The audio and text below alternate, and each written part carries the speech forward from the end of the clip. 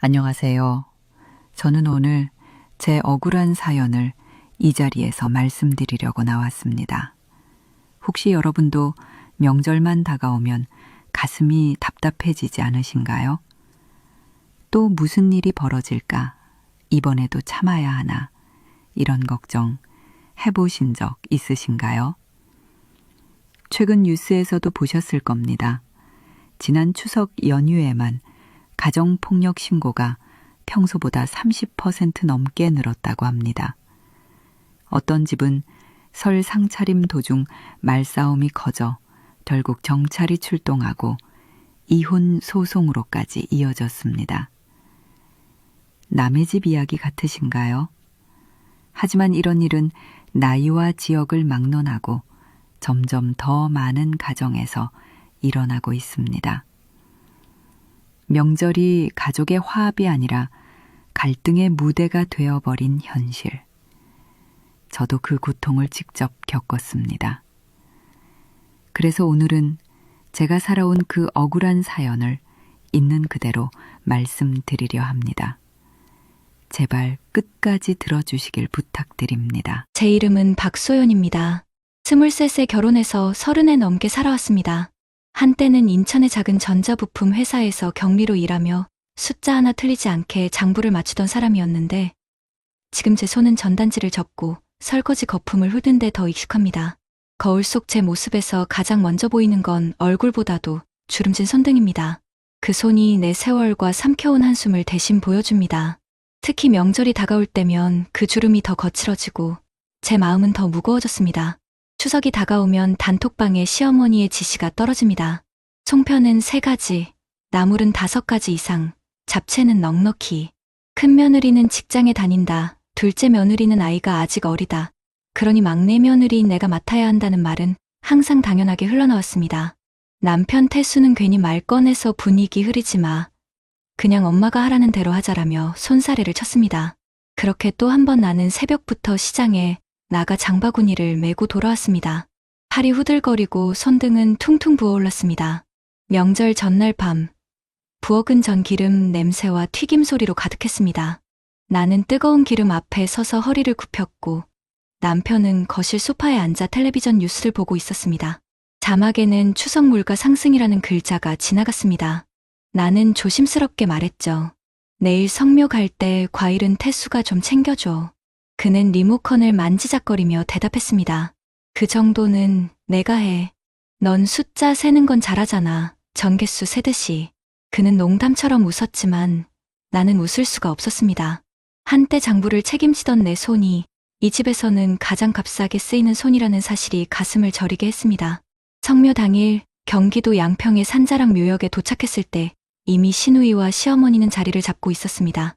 나는 아이스박스와 반찬통을 3번이나 왕복해 옮겼습니다. 숨이 턱에 찼지만 누구도 나를 도와주지 않았습니다. 그때 시어머니는 내 앞치마를 훑어보며 한마디 하셨습니다. 소연아, 잡채가 싱겁네. 간장 좀 더 넣어. 바로 이어 시누이가 거들었습니다. 형님, 당면이 불었어요. 보기에도 그렇잖아요. 나는 젓가락으로 잡채를 다시 비비며 억지 웃음을 지었습니다. 남편은 멀리서 형들과 담소를 나누고 있었고 내게 단 한 번도 시선을 주지 않았습니다. 상 차리는 내내 지적은 이어졌습니다. 나물은 오른쪽, 과일은 왼쪽, 저는 색깔 순서대로. 나는 그 지시에 따라 접시를 옮겼습니다. 그때마다 내 손등에 주름이 눈에 들어왔습니다. 오래된 장부처럼 구겨진 그 주름은 나에게 속삭이는 듯했습니다. 언제까지 이렇게 버틸 거냐. 정오 무렵 작은 사건이 벌어졌습니다. 보온통에 담아온 미역국이 이동 중에 살짝 흘러내렸던 겁니다. 얇은 국물 자국이 흙바닥에 그어졌습니다. 시누이는 혀를 차며 말했습니다. 형님, 이런 건 미리 확인하셨어야죠. 여기 흙 다 더러워졌잖아요. 시어머니도 차갑게 덧붙였습니다. 조상님 앞인데 왜 이렇게 덤벙대니.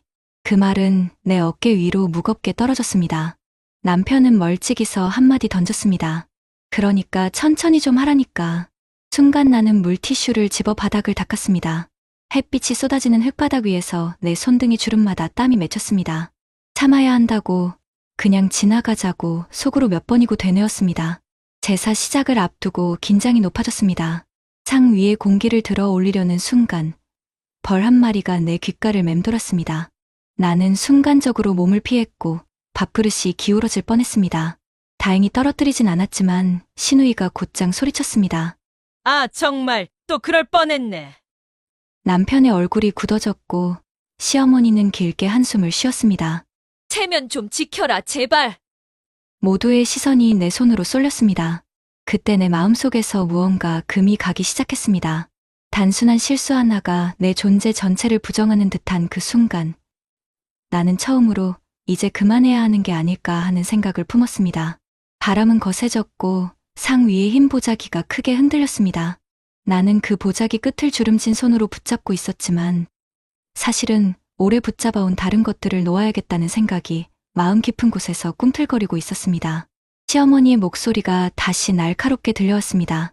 소연아, 물 좀 더 떠와. 그리고 쓰레기는 내가 모아. 나는 고개를 끄덕이며 물통을 들었지만 발걸음은 자꾸 무거워졌습니다. 내 뒤에서 들려오는 웃음소리, 농담처럼 주고받는 형제들의 대화는 나와는 전혀 상관없는 세상의 소리 같았습니다. 그 순간 깨달았습니다. 이 집에서 나는 단 한 번도 가족이 된 적이 없었다는 걸. 내 손의 주름은 그저 살림꾼의 세월을 말해줄 뿐 존중이나 감사의 흔적은 아니었다는 걸.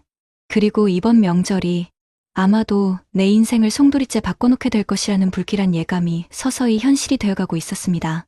제사는 시작되었고 큰형부터 차례대로 절을 올렸습니다. 이어 둘째 형, 그리고 남편 태수의 차례가 다가왔습니다. 그는 조용히 절을 마치고 나서도 내 눈길조차 주지 않았습니다. 내가 밥그릇을 들어 올려 조상님 앞에 놓으려는 순간 손이 살짝 떨렸습니다. 무거운 그릇이 아니라 무겁게 내려앉은 마음 때문이었습니다. 밥알 몇 알이 그릇 가장자리를 타고 흘러내렸습니다. 그 순간 형님이 혀를 찼습니다. 아이고, 참 이런 것도 제대로 못하나. 시어머니는 얼굴을 찌푸리며 내 쪽을 노려보았습니다. 체면이 말이 아니구나. 태수의 목소리도 높아졌습니다. 왜 이렇게 매번 흘리고 다녀? 사람 망신시키려고 작정했어? 모든 사람들의 시선이 내게 꽂히는 순간 남편이 다가오더니 내 어깨를 발로 거칠게 밀쳤습니다. 균형을 잃은 나는 그대로 바닥에 주저앉으며 밥그릇을 떨어뜨렸습니다. 흙바닥 위에 밥알과 국물이 흩어졌습니다. 숨소리조차 멈춘 듯 정적이 흐르는 사이 귀에 쟁쟁하게 울린 건 형제들의 탄식과 시어머니의 차가운 목소리뿐이었습니다. 막내가 성격이 급해서 그렇지. 저런 건 금방 풀릴 거다. 그 말은 나를 위로하는 말이 아니었습니다. 남편을 감싸는 말이었죠. 나는 주저앉은 채 주름진 손등을 바라보았습니다. 흙먼지가 묻은 그 손은 이제 더 이상 참을 수 없다는 듯 떨리고 있었습니다. 아무도 내 편이 되어주지 않았습니다. 그저 내가 잘못했다고, 내가 덤벙댔다고 말할 뿐이었습니다. 아이조차 눈치를 보며 나를 바라봤습니다. 그 눈빛을 보는 순간 내 안에서 뭔가 무너져 내렸습니다. 나는 벌떡 일어나 흙먼지를 털지도 않은 채 휴대폰을 꺼냈습니다. 손가락이 떨리면서도 또렷하게 번호를 눌렀습니다. 여보세요, 경찰서죠? 방금 남편에게 폭행을 당했습니다. 조상님 묘소 앞 가족들이 다 목격자입니다. 순간 주변이 술렁였고 신우이는 소리쳤습니다. 지금 뭐 하는 거야? 가정사인데 창피하게. 시어머니도 달려와 내 손을 붙잡으며 애원했습니다. 작은 애야, 전화 끊어라. 이건 집안일이야. 하지만 나는 더 이상 주저하지 않았습니다. 집안일이라면서 왜 제 몸은 늘 상처투성이었을까요? 오늘은 못 참겠습니다. 잠시 후 경찰차가 산길을 따라 올라왔습니다. 남편은 당황해서 내 휴대폰을 빼앗으려 했지만 이미 늦었습니다. 경찰이 내 이름을 확인했고 나는 손목을 보여주었습니다. 땅에 넘어지며 삐끗한 자국이 붉게 번지고 있었습니다. 옆에서 누군가는 한숨을 쉬었고 누군가는 고개를 저었습니다. 하지만 그날 가족 중 단 한 명이 용기를 냈습니다. 둘째 형수, 나보다 몇 살 위의 언니 같은 사람은 망설이다가 조용히 말했습니다. 저도 봤습니다. 분명히 발로 강하게 밀쳤습니다. 그리고 이런 일이 처음이 아닙니다. 그 말이 울려 퍼지자 남편의 얼굴은 순식간에 창백해졌습니다. 가족들은 당황했고 시어머니는 나를 노려보며 속삭였습니다.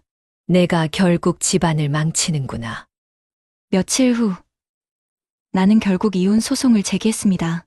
법정에 서면서도 손이 떨렸지만 내 곁에는 증언을 자처한 형수가 있었습니다. 남편의 과거 폭력 전력까지 드러나자 법정 분위기는 바뀌었습니다. 판결은 내게 유리하게 흘러갔습니다. 재산의 절반과 아이 양육권, 그리고 위자료까지. 나는 처음으로 법이 나를 지켜주는구나라는 생각을 했습니다. 그 순간 주름진 내 손이 처음으로 따뜻하게 느껴졌습니다. 스스로를 위해 무언가를 쟁취한 손, 나와 아이를 지켜낸 손이었으니까요. 그러나 남편의 삶은 무너져 내렸습니다. 직장에서도 소문이 퍼졌고 그는 승진해서 밀려났습니다. 결국 스스로 사표를 내고 작은 원룸으로 밀려났습니다. 가족들조차 예전처럼 그를 감싸주지 않았습니다. 그가 잃은 건 재산과 직장뿐만이 아니었습니다. 체면과 신뢰, 그리고 함께 살던 가족까지 모두 잃어버렸습니다. 반면 나는 아이와 함께 작은 아파트로 이사했습니다. 처음엔 막막했지만 여성인력개발센터에서 상담을 받으며 새로운 길을 찾았습니다. 어릴 적부터 꽃을 좋아했던 기억을 떠올리고 플로리스트 과정을 배우기 시작했습니다. 매일 아침 아이를 학교에 보내고 센터에서 꽃을 다듬는 시간은 내 삶의 새로운 페이지가 되었습니다. 몇 달 만에 자격증을 땄고 작은 꽃집을 열 수 있었습니다. 손님들은 내 꽃을 보고 참 정성이 묻어나네요라며 칭찬했습니다. 그 말 한마디가 지난 세월의 한숨을 덮어주었습니다. 아이도 변했습니다. 아버지의 눈치를 보던 아이는 이제 집에서 웃음을 잃지 않았습니다. 엄마, 우리 집이 꽃밭 같아. 그 말에 나는 눈물이 핑 돌았습니다. 내 주름진 손이 이제는 아이의 미래를 위해 꽃을 가꾸고 있었습니다. 명절이 다가와도 두렵지 않았습니다. 더는 비난받는 자리에서 눈치를 보며 서 있지 않아도 되었으니까요. 몇 달 후, 나는 아이와 함께 시아버지 묘소를 찾았습니다. 이번에는 무거운 보자기가 아니라 꽃다발을 들고 갔습니다. 묘소 앞에 꽃을 놓으며 속삭였습니다. 아버님, 이제 저는 제 삶을 살고 있습니다. 손주도 잘 자라고 있으니 걱정하지 마세요. 바람이 불어와 잡초 사이에 작은 들꽃이 흔들렸습니다. 나는 그 모습을 보며 생각했습니다. 잡초를 베어내야 꽃이 핀다. 내 삶도 그렇게 다시 피어났구나. 시청자 여러분, 혹시 명절이 다가올 때마다 가슴이 무거워지지 않으신가요? 혹시 누군가의 눈치를 보며 참고만 살아오지 않으셨나요? 저는 그 길이 얼마나 위험한지, 얼마나 깊은 상처를 남기는지 온몸으로 겪었습니다. 제 이야기가 남 얘기처럼 들리지 않으셨기를 바랍니다. 언젠가 주름진 손으로라도 용기를 내야 할 순간이 옵니다. 제발 그 순간을 놓치지 마시길 바랍니다. 여러분 어떠시나요? 위의 사례는 정말 비참하고 서글픈 인생 아닌가요? 하지만 지금부터 소개해드리는 사례는 정반대의 선택으로 행복한 노후를 보내고 있는 분을 소개해드리겠습니다. 제 이름은 김영우입니다. 올해 64, 서울 성동구의 오래된 아파트에서 아내와 단둘이 살고 있습니다. 38배 동안 대기업 생산관리팀에서 일하다가 2020년에 정년퇴직을 했습니다. 퇴직금은 세후로 1억 6천만 원이 나왔습니다. 동료들 중에는 그 돈으로 치킨집을 하거나 친구 따라 상가 분양에 덜컥 투자한 사람도 있었습니다. 몇몇은 빚을 내서라도 한 방을 노렸고 결국 퇴직 2년 만에 가정이 무너진 경우도 있었습니다. 저는 달랐습니다. 회사에 다니던 시절부터 명절에 모이면 결국 돈 얘기, 건강 얘기 아니하는 걸 뼈저리게 느껴왔기 때문입니다. 아버지는 명절 때마다 소리 내술을 드시고 돈 문제로 작은아버지와 다투셨습니다. 저는 그 장면을 보며 자랐습니다. 그래서 늘 다짐했습니다. 내가 나이 들어 명절을 맞이할 때는 적어도 가족 앞에서 체면 구기는 일은 만들지 말자. 제 손등은 오랫동안 펜과 계산기를 잡으며 굳어갔습니다. 주름이 늘어갈수록 저는 더 치밀하게 준비했습니다. 퇴직 직전 10년 동안 저는 생활비를 아내와 상의해 줄이고 국민연금 외에도 퇴직연금과 개인연금을 조금씩 불려나갔습니다. 2025년 현재 국민연금으로 매달 105만 원, 퇴직연금에서 70만 원, 그리고 개인연금에서 45만 원을 받고 있습니다. 합쳐서 한 달 220만 원 가까이 안정적인 수입이 들어옵니다. 물론 요즘 물가가 올라 장바구니가 무겁지만 기본 생활비에는 큰 걱정이 없습니다. 그런데 이렇게 안정된 노후를 준비했다고 해서 마냥 순탄했던 건 아닙니다. 제가 58이 되던 해 아내가 갑작스레 유방암 초기 진단을 받았습니다. 그때 집에 있던 적금 일부를 깨서 치료비에 썼습니다. 직장 동료 몇몇은 보험 안 들어놨냐, 괜히 돈 허비하는 거 아니냐라고 했습니다. 하지만 다행히 조기 발견이었고 수술과 방사선 치료를 잘 마쳤습니다. 아내는 건강을 회복했고 저는 그 순간 확신했습니다. 돈은 쓰려고 모으는 것이고 가장 필요한 순간을 위해 준비하는 것이어야 한다는 걸요. 퇴직 후 몇 달이 지났을 때 친구 몇 명이 찾아왔습니다. 영호야, 요즘 비트코인 다시 오른다더라. 퇴직금 남은 거 넣자. 나 아는 지인 통해서 경기도에 땅 하나 들어갈 수 있는데 지금 안 하면 후회한다. 그때 저는 단호히 거절했습니다. 제 아버지가 명절 술자리에서 땅 사라, 주식 사라 했다가 몇 번이나 속을 썩은 걸 봐왔으니까요. 저는 대신 서울의 노후된 아파트를 팔고 같은 단지 재건축 조합에 가입했습니다.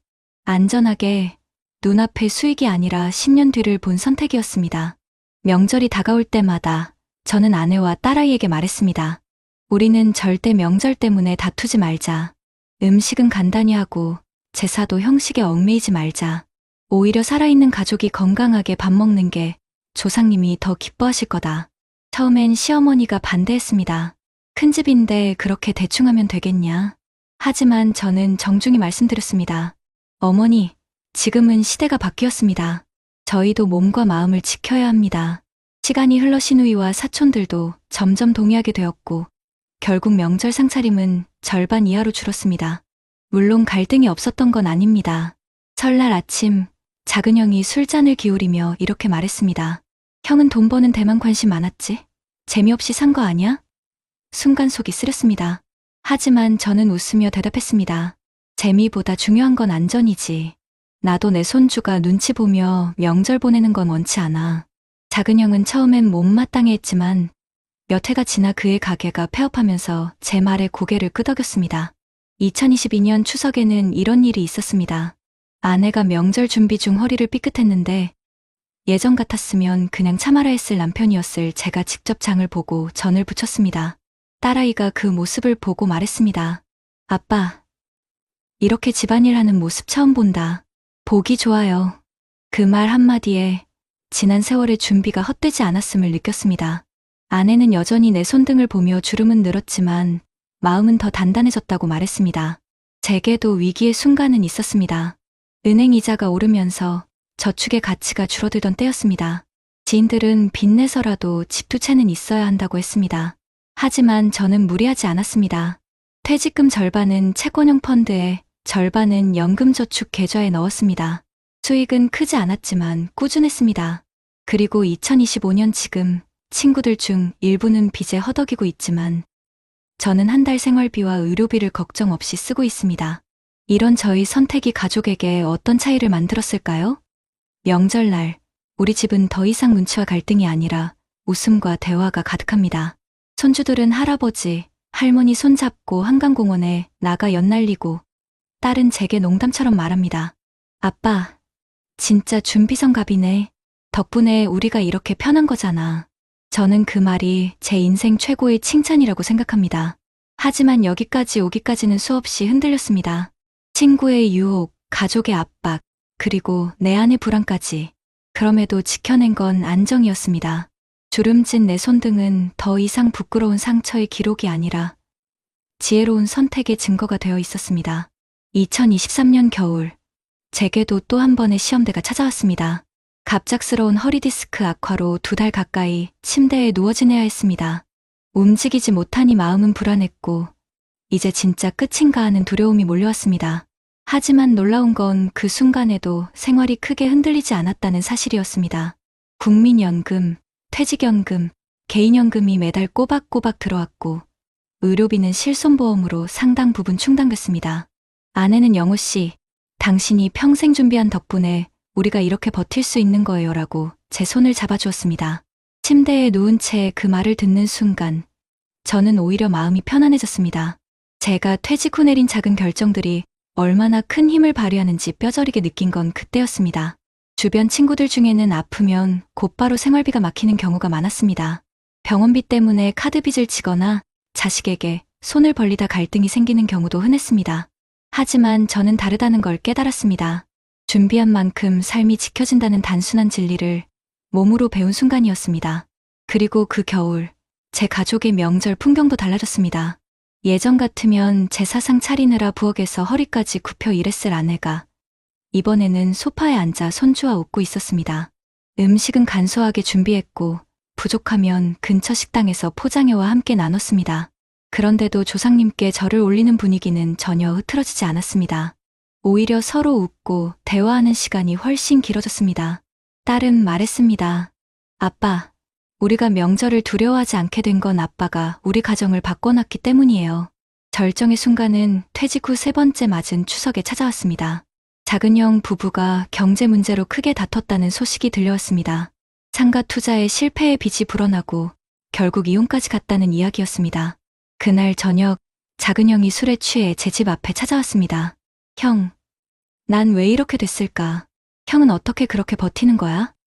그가 울먹이며 묻는 모습을 보며 저는 지난 세월 제 선택이 옳았음을 다시금 확인했습니다. 저는 그에게 말했습니다. 나는 크게 번 건 없지만 크게 잃지도 않았어. 욕심을 줄이고 안정적인 길을 택했지. 늦지 않았어. 지금이라도 다시 시작하면 돼. 작은형은 한참을 울다 돌아갔습니다.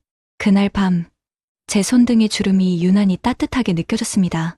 그건 단순히 제 삶만을 지킨 것이 아니라 가족들에게 길을 보여주는 표시 같았습니다. 2025년 오늘, 제 하루는 소박하지만 단단합니다. 아침엔 아내와 함께 동네 공원을 산책하고 점심에는 소일거리 삼아 노인복지관에서 회계봉사를 합니다. 저녁이 되면 딸과 손주가 찾아와 함께 밥을 먹습니다. 텔레비전 뉴스에서 은퇴자들의 절반 이상이 생활비 부족으로 힘들다는 기사가 흘러나올 때 저는 가슴이 먹먹해집니다. 왜냐하면 저 역시 준비하지 않았다면 지금 그 통계 속 한 사람이 되어 있었을 테니까요. 저는 더 이상 명절을 두려워하지 않습니다. 가족이 모이면 갈등 대신 대화가 있고 술잔 대신 웃음이 오갑니다. 조상님께 절을 올릴 때도 떳떳합니다. 제가 평생 준비하며 살아왔습니다. 덕분에 제 가족은 오늘도 웃으며 모였습니다. 그렇게 속으로 고백할 수 있으니까요. 여러분, 제 이야기는 특별한 영웅담이 아닙니다. 그냥 평범한 직장인이 욕심을 줄이고 미리 준비한 결과일 뿐입니다. 하지만 그 평범한 선택이 저를 지옥과 천국의 갈림길에서 전혀 다른 길로 이끌었습니다. 혹시 지금도 불안하지 않으신가요? 혹시 내가 준비를 너무 늦게 시작한 건 아닐까 하고 걱정하고 계시진 않나요? 저는 감히 말씀드릴 수 있습니다. 준비는 늦더라도 결코 헛되지 않습니다. 욕심을 버리고 작은 것부터 시작한다면 반드시 길은 열립니다. 저는 지금 주름진 손등을 보며 미소 짓습니다. 그 주름이 지난 세월의 고생이 아니라 지혜의 증거로 남았기 때문입니다. 그리고 제 이야기가 여러분께 작은 용기가 되기를 바랍니다. 준비한 만큼 삶이 달라진다. 이 단순한 진리를 여러분도 꼭 경험하시길 바랍니다. 여러분, 이렇게 보면 준비가 삶의 방향을 정말 바꾼다는 것이 통계에서도 명백히 드러납니다. 예를 들어 한국에서는 2023년 통계청의 고령층 부가 조사 결과 55세에서 79세 사이 인구 10명 중 약 6명이 여전히 지역 내외에서 일하거나 부업을 통하여 일정 소득을 유지하고 있다는 사실이 나왔습니다.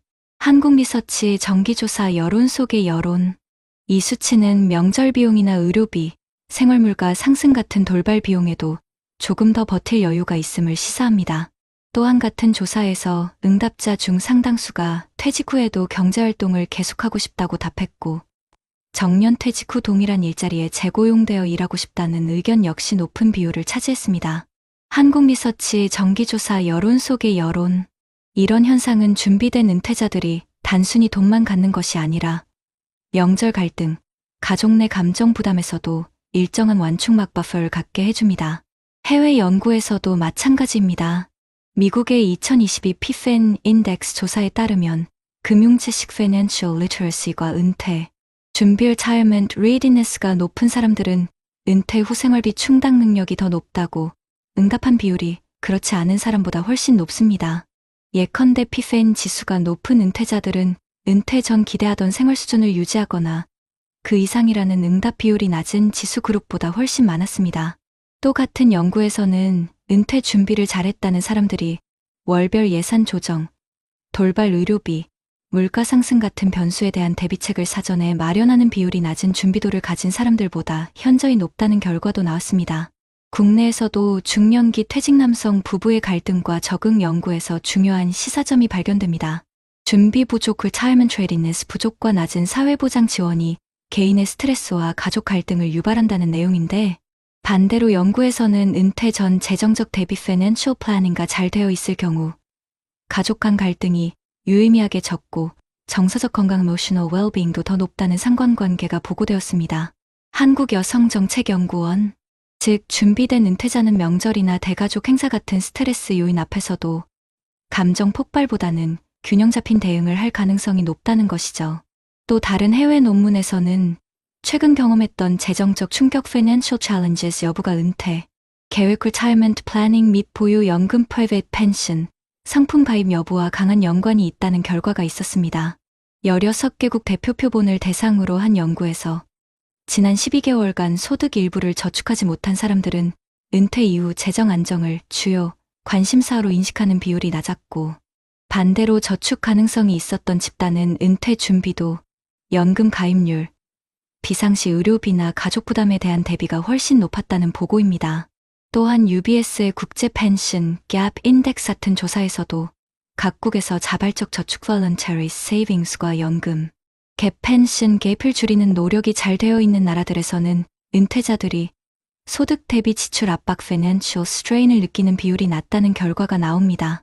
이 모든 통계가 말해주는 것은 위 첫 사례처럼 무계획모 대비 상태였을 때 겪게 되는 고통이 단순한 감정적 고통만이 아니라 실제 명절 갈등, 부부 갈등, 가정폭력 가능성, 생활비 부족, 신체적 질환 악화 등 여러 영역으로 확장된다는 것입니다.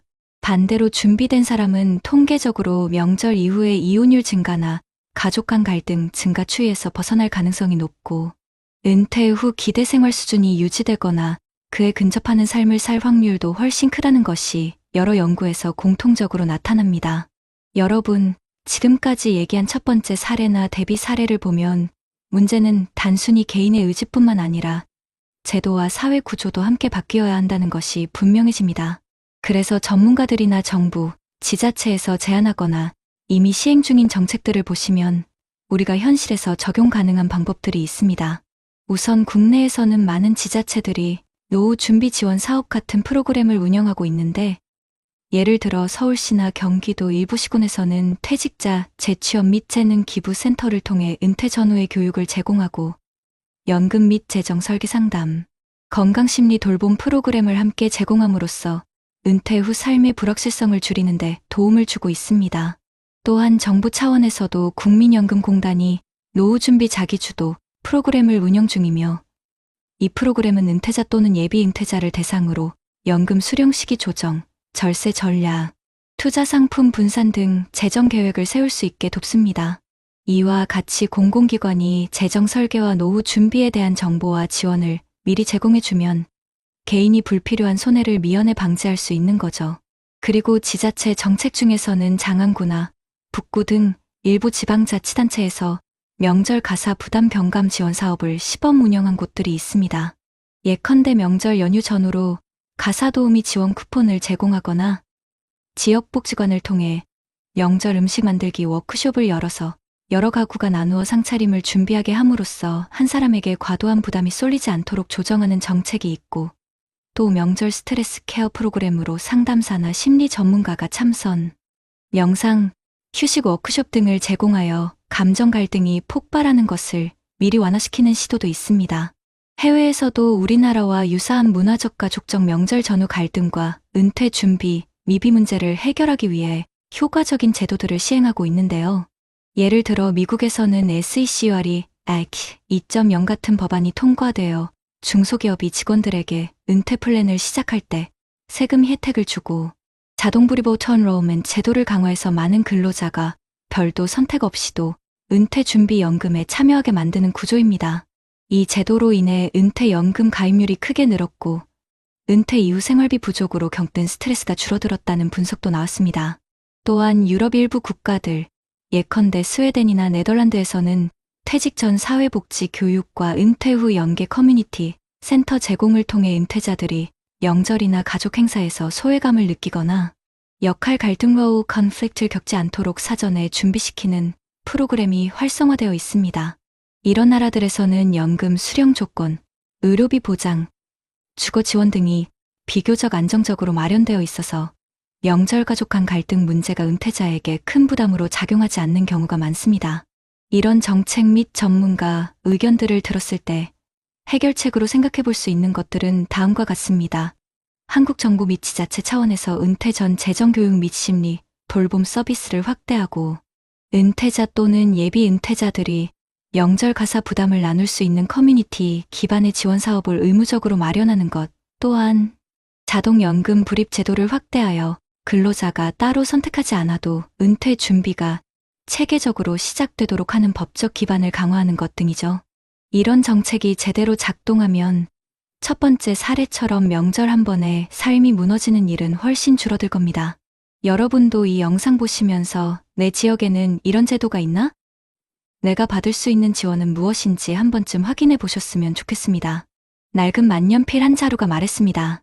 오늘도 기록하라. 잃은 것을 세지 말고 남은 것을 세어라. 그리고 혼자가 아닌 길 위에서 다시 말을 걸어라. 여러분, 오늘 이야기 속 첫 번째 주인공을 기억하시나요? 평생을 중소기업 인사팀장으로 살아오며 바르고 성실하게 일해온 최민준 씨. 그러나 그는 명절의 고독과 노후 자산관리의 불안 속에서 다정한 말 한마디에 흔들려 전 재산을 잃었습니다. 그의 손끝에 남은 것은 반질반질해진 만년필뿐이었죠. 너무 늦게 깨달은 외로움의 대가였습니다. 반대로 두 번째 주인공은 달랐습니다. 퇴직 후에도 작은 습관을 지키고 제도가 제공하는 교육과 공동체 모임을 활용하며 사람들과 연결된 삶을 선택했습니다. 같은 세대, 같은 시대를 살았지만 서로 다른 선택이 만들어 낸 노후의 풍경은 극명히 달랐습니다. 한 사람은 텅 빈 집에서 무너졌고 또 한 사람은 작은 경로당 바둑판 앞에서 웃음을 되찾았습니다. 사실 우리의 삶은 매일 작은 갈림길 위에 서 있습니다. 오늘은 그냥 혼자 참을까? 아니면 누군가에게 손을 내밀어 볼까? 그 사소한 선택이 10년 뒤, 20년 뒤 우리의 노후를 완전히 바꾸어 놓습니다. 명절 때마다 반복되는 고립과 불평등 속에 주저앉을 수도 있지만 용기를 내어 나도 힘들다고 말하고 제도가 마련한 문을 두드리는 순간 새로운 길이 열립니다. 외로움에 흔들려 모든 것을 잃은 최민준 씨의 만년필 기록처럼 실패도 우리 삶의 일부일 수 있습니다. 하지만 다른 주인공처럼 남은 시간을 지혜롭게 채워간다면 그 기록은 곧 희망의 증거가 됩니다. 여러분, 지금 곁에 있는 만년필 같은 도구는 무엇인가요? 누군가는 오래된 다이어리일 수 있고 누군가는 매일 함께 걷는 친구의 발걸음일 수도 있습니다. 그것이 바로 우리를 지탱해줄 근정진정의 힘입니다. 오늘 이 영상을 보시는 50대, 60대, 70대 여러분, 이제는 우리도 선택해야 합니다. 외로움에 무너질 것인가? 아니면 작은 연결을 시작해 행복한 노후를 만들어 갈 것인가? 행복한 노후를 맞은 사람들의 공통점은 거창한 재산이 아니라 관계와 준비를 지켜낸 것이었습니다. 통장을 지키고, 몸을 돌보고, 마음을 나누는 것. 그 세 가지를 지켜낸 사람들은 결국 웃음을 되찾았습니다. 반대로 그 세 가지를 놓친 사람들은 아무리 많은 재산이 있어도 외로움과 후회 속에서 무너져 내렸습니다. 오늘의 이야기가 우리에게 전하는 교훈은 단순합니다. 지금이라도 늦지 않았습니다. 혼자가 아니라는 사실을 기억하고 작은 습관을 만들어가는 것. 그것이 바로 우리 모두가 노력해야 할 길입니다. 낡은 만년필이 전하는 한 줄. 오늘도 기록하고 오늘도 누군가에게 말을 건다. 여러분, 우리 모두 그 길 위에서 다시 만나기를 바랍니다. 낡은 백팩만 남았는데 정작 갈 곳은 없어졌구나. 여러분, 혹시 이런 뉴스 보신 적 있으신가요? 서울 한복판 탑골공원, 늘 바둑판과 장기판으로 가득 차던 어르신들이 한순간에 자취를 감췄다는 소식 말입니다. 왜일까요? 단순히 더워서가 아닙니다. 술과 다툼, 무질서가 겹치면서 결국 종로구가 바둑장기를 전면 금지해버린 겁니다. 그런데 생각해 보십시오. 오랜 세월 벗들과 훈수 두며 하루를 버티던 시간이 사라진다면 남은 노후는 얼마나 더 외롭고 고단해질까요? 지금도 많은 어르신들이 복지관이나 종묘로 흩어져 불편을 호소하고 있습니다. 남의 일 같으신가요? 하지만 준비하지 못하면 우리 또한 언젠가 그 빈 벤치에 홀로 앉아 있을지 모릅니다. 이제 질문드립니다. 여러분은 그 자리에 앉을 준비가 되셨습니까? 아니면 다른 길을 찾으실 겁니까? 본격적인 영상 시작 전에 구독과 좋아요는 영상 제작에 정말로 큰 힘이 됩니다. 서울 종로의 한 골목, 회색빛 낡은 백팩 가방을 맨 한 남자가 천천히 걸어옵니다. 이름은 박정수, 올해 65살입니다. 백팩은 오래전 제약회사 영업팀에서 뛰던 시절부터 쓰던 것입니다. 늘 샘플약과 계약서, 노트북을 넣고 다녔죠. 회사 사람들은 농담 삼아 정수 부장님은 가방이 몸의 일부 같다고 말하곤 했습니다. 하지만 지금 그 가방 속에는 약품도 계약서도 없습니다. 낡은 도시락통, 낡은 수첩, 그리고 작은 물병이 전부입니다. 그는 30해 넘게 제약회사에서 일하다 은퇴했습니다. 퇴직금으로는 약 1억 5천만 원을 받았습니다. 동료들과의 송별회에서 이제는 여유롭게 살겠다고 말했지만 현실은 달랐습니다. 아내와 단둘이 남은 집, 자녀들은 이미 각자 가정을 꾸려 지방으로 내려가 버렸습니다. 남은 건 시간과 어디에 써야 할지 알 수 없는 퇴직금뿐이었습니다. 은퇴 직후 정수 씨는 습관처럼 매일 아침 가방을 메고 집을 나섰습니다. 처음엔 집 근처 도서관에 갔습니다. 그러나 책을 읽는 것도 하루 이틀이지 금세 무료해졌습니다. 그러다 어느 날 탑골공원을 지나다가 팔각정에 모여 장기를 두는 어르신들의 웃음소리를 듣게 되었습니다. 여기가 내 자리구나. 그렇게 그는 낡은 백팩을 벗어 옆에 두고 바둑돌을 잡기 시작했습니다. 하지만 이 평범한 일상은 오래가지 않았습니다. 2025년 여름, 종로구청은 탑골공원 안팎에서 바둑장기 같은 오락행위를 전면 금지한다고 발표했습니다. 이유는 분명했습니다. 장기판 주위에 술이 오가고 다툼이 생기고 경찰이 하루에도 여러 차례 출동하는 일이 반복됐기 때문이었습니다. 정수 씨는 처음엔 대수롭지 않게 생각했습니다. 며칠만 지나면 다시 돌아오겠지. 하지만 며칠이 지나도 몇 주가 지나도 공원은 조용했습니다. 3일문 앞에서 기다려도 늘 있던 장기판은 자취를 감췄습니다. 벤치에 앉아 도시락을 꺼내 먹는 동안에도 그는 허전했습니다. 백팩 속 장기알을 꺼내놓고 싶어도 판을 펼칠 자리가 사라져 버린 겁니다. 이후 그는 안구역 근처 노인복지센터를 찾아갔습니다. 시원한 에어컨이 나오고 깨끗한 장기실도 있었습니다. 하지만 분위기는 달랐습니다. 여기서는 훈수 두지 마세요. 조용히 두셔야 합니다. 직원의 말에 정수 씨는 순간 멈칫했습니다. 장기는 원래 서로 농담도 하고 흉도 보고 약간의 시비도 오가며 웃음이 피어나는 놀이였습니다.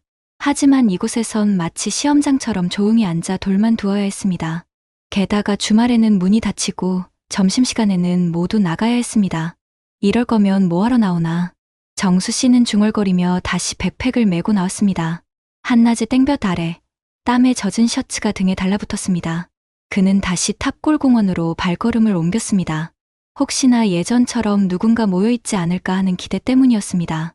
그러나 공원은 여전히 텅 비어 있었습니다.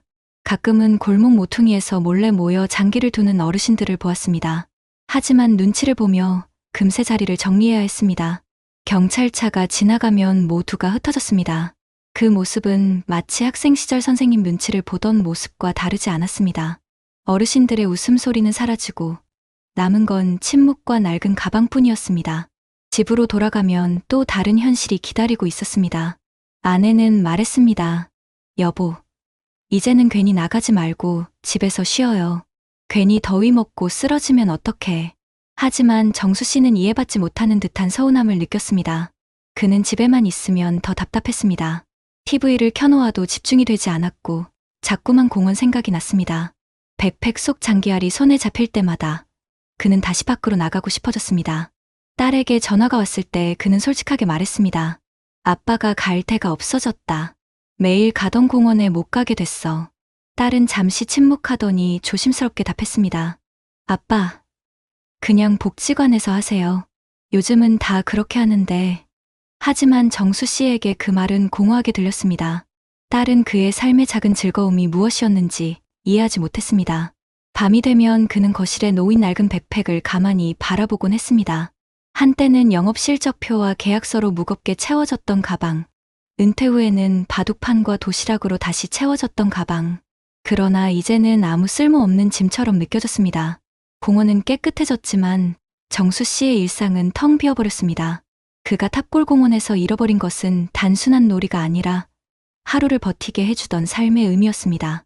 낡은 백팩은 여전히 그의 어깨에 걸려 있었지만 그 속에서 꺼낼 수 있는 건 추억뿐이었습니다. 어느 무더운 8월 오후, 정수 씨는 또다시 백팩을 메고 탑골공원 3일문 앞에 섰습니다. 공원 안은 평소처럼 고요했고 나무 그늘 아래에는 몇몇 노인들이 앉아 낮잠을 자고 있었습니다. 하지만 바둑판이나 장기판은 어디에도 보이지 않았습니다. 그는 벤치에 앉아 백팩을 열었습니다. 낡은 장기알이 달그락 소리를 냈습니다. 잠시 후 옆에 앉은 낯선 노인이 물었습니다. 형님, 그거 아직 가지고 다니세요? 정수 씨는 씁쓸하게 웃으며 대답했습니다. 습관이죠. 나도 모르게 챙기게 돼요. 그러나 그날 그는 공원에서 오래 버티지 못했습니다. 젊은 경찰관이 다가와 여기서 장기 두시면 안 됩니다라고 단호히 말했기 때문입니다. 순간 정수 씨는 얼굴이 화끈 달아올랐습니다. 주변에서 바라보는 시선이 괜히 더 따가웠습니다. 그 자리에서 가방을 닫고 자리에서 일어서는 순간 자신이 더 이상 환영받지 않는 존재처럼 느껴졌습니다. 집으로 돌아오는 길, 그는 버스 창가에 앉아 고개를 떨구었습니다. 그토록 당연했던 하루의 루틴이 이제는 금지된 행동이 되어버렸다는 사실이 뼈아프게 다가왔습니다. 낡은 백팩의 무게가 그 어느 때보다 무겁게 느껴졌습니다. 며칠 뒤, 그는 딸에게서 전화를 받았습니다. 아빠, 이번 주말에 손주 졸업식 있어요. 같이 오실 거죠? 순간 정수 씨는 멈칫했습니다. 손주와 시간을 보낼 생각조차 잊고 있었던 자신을 깨달았기 때문입니다. 졸업식 날, 그는 낡은 백팩을 메고 갔습니다. 안에는 장기판 대신 작은 카메라와 손주에게 줄 선물이 들어 있었습니다. 교정에서 손주가 밝게 웃으며 다가왔습니다. 할아버지, 가방엔 뭐가 있어요? 정수 씨는 잠시 머뭇거리다 웃으며 대답했습니다. 이젠 장기판이 아니라 너랑 놀 선물이 있단다. 그날 이후 그는 매일 공원을 찾는 대신 주말마다 손주와 산책을 나가거나 동네 작은 도서관을 찾았습니다. 물론 마음 한켠에 허전함은 여전히 남아 있었지만 그는 깨달았습니다. 장기와 바둑판이 사라졌다고 해서 내 하루가 끝나는 건 아니구나. 중요한 건 내가 누구와 함께 시간을 보내느냐구나. 여러분, 박정수 씨의 이야기가 남 얘기 같으신가요? 수십 년 동안 일에 매달리다 은퇴 후 찾아온 작은 즐거움이 하루아침에 사라졌을 때 그는 낡은 백팩을 끌어안고 허무함에 빠졌습니다. 하지만 결국 그가 다시 찾은 것은 가족과 이웃이었습니다. 탑골공원이 깨끗해진 대신 많은 어르신들의 발걸음이 흩어졌습니다. 그러나 그 빈 벤치를 채워줄 수 있는 방법은 우리 곁에도 있습니다. 가족의 작은 관심, 이웃의 따뜻한 눈길, 그리고 사회가 만들어주는 새로운 공간 말입니다. 혹시 지금도 하루가 너무 길게 느껴지고 어디로 가야 할지 막막하신가요? 그렇다면 주변을 둘러보세요. 낡은 백팩 속에 담아온 지난 추억만 붙잡기보다 새로운 관계와 새로운 시간을 만들어가는 것이 우리가 선택할 수 있는 또 다른 길입니다. 여러분 어떠시나요? 위의 사례는 정말 비참하고 서글픈 인생 아닌가요? 하지만 지금부터 소개해드리는 사례는 정반대의 선택으로 행복한 노후를 보내고 있는 분을 소개해드리겠습니다. 서울 강서구에 사는 최영호 씨, 올해 63입니다. 그는 35년 가까이 국내 굴지의 대기업에서 영업관리직으로 근무했습니다. 성실히 한 길만 걸어온 끝에 2년 전 은퇴를 맞았고 퇴직금으로 약 1억 8천만 원을 받았습니다. 영호 씨는 현역 시절부터 은퇴 후를 준비해온 사람이었습니다. 사내 동기들과 달리 그는 소비를 줄이고 생활비의 일정 부분을 항상 노후 자금으로 따로 떼어두었습니다. 술자리를 자제하고 대신 매달 연금 저축과 개인형 퇴직연금 IRP에 성실히 불입했습니다. 덕분에 지금은 국민연금에 더해 매달 약 160만 원의 개인연금을 꾸준히 받고 있습니다. 겉으로 보면 그의 삶은 여느 은퇴자의 삶과 다르지 않습니다. 아침에 아내와 함께 동네 공원을 산책하고 점심에는 근처 복지관에서 운영하는 실버 요가 수업에 참여합니다. 그러나 이 평범함 속에는 긴 세월의 준비와 습관이 만들어낸 안정감이 담겨 있습니다. 그렇다고 해서 그의 삶에 갈등이 없었던 것은 아닙니다. 은퇴를 앞둔 50대 후반, 그는 여러 차례 유혹을 받았습니다. 부장님, 요즘 다들 상가 투자 들어가요. 임대 놓으면 연금보다 훨씬 낫습니다. 형님, 치킨집 하시면 대박납니다. 다들 먹고 살잖아요. 주위 동료들 중에는 실제로 수억 원을 대출받아 음식점이나 카페를 차린 사람도 있었습니다. 처음엔 잘 되는 듯 보였지만 몇 년 지나지 않아 빚만 남고 가게를 정리하는 경우가 허다했습니다. 영호 씨는 그 모습을 지켜보며 깊이 고민했습니다. 나도 퇴직 후에 무언가 해야 하나? 하지만 그는 결국 지금까지 쌓아온 걸 지키자는 쪽을 선택했습니다. 무리한 투자를 하지 않고 퇴직금을 나누어 안전자산과 연금 상품으로 분산했습니다. 대신 본인의 일상에 맞는 새로운 습관을 만들기로 했습니다. 아내와 함께 동네 작은 아파트로 이사한 것도 같은 이유였습니다. 큰 평수 아파트를 유지하는 대신 관리비와 공과금을 줄이고 나머지 자금을 은행 정기예금과 채권에 넣었습니다. 그는 말했습니다. 남들이 볼 땐 소심해 보였겠지만 나는 내가 버틸 수 있는 길을 택했어. 이 과정에서 가족과의 대화도 중요한 역할을 했습니다. 아내는 처음에 걱정했습니다. 여보, 우리 이렇게 줄이고 살면 자식들 보기 부끄럽지 않을까? 그러자 영호 씨는 차분히 말했습니다. 아이들한테 당당하려면 우리가 빚 없는 삶을 보여주는 게 제일 중요해. 은퇴 직후에도 그는 잠시 방황했습니다. 출근하지 않는 아침이 낯설었고 한동안 TV 앞에만 앉아 시간을 보냈습니다. 그러나 곧 스스로를 다잡았습니다. 매일 아침 7시에 일어나 운동복을 챙겨 입고 낡은 백팩 대신 새로 산 가벼운 가방을 메고 동네 도서관으로 향했습니다. 도서관에서 신문을 읽고 시니어 평생교육 프로그램에 등록해 글쓰기와 컴퓨터 수업도 들었습니다. 주변 친구들이 그 나이에 무슨 공부냐고 웃어도 개의치 않았습니다.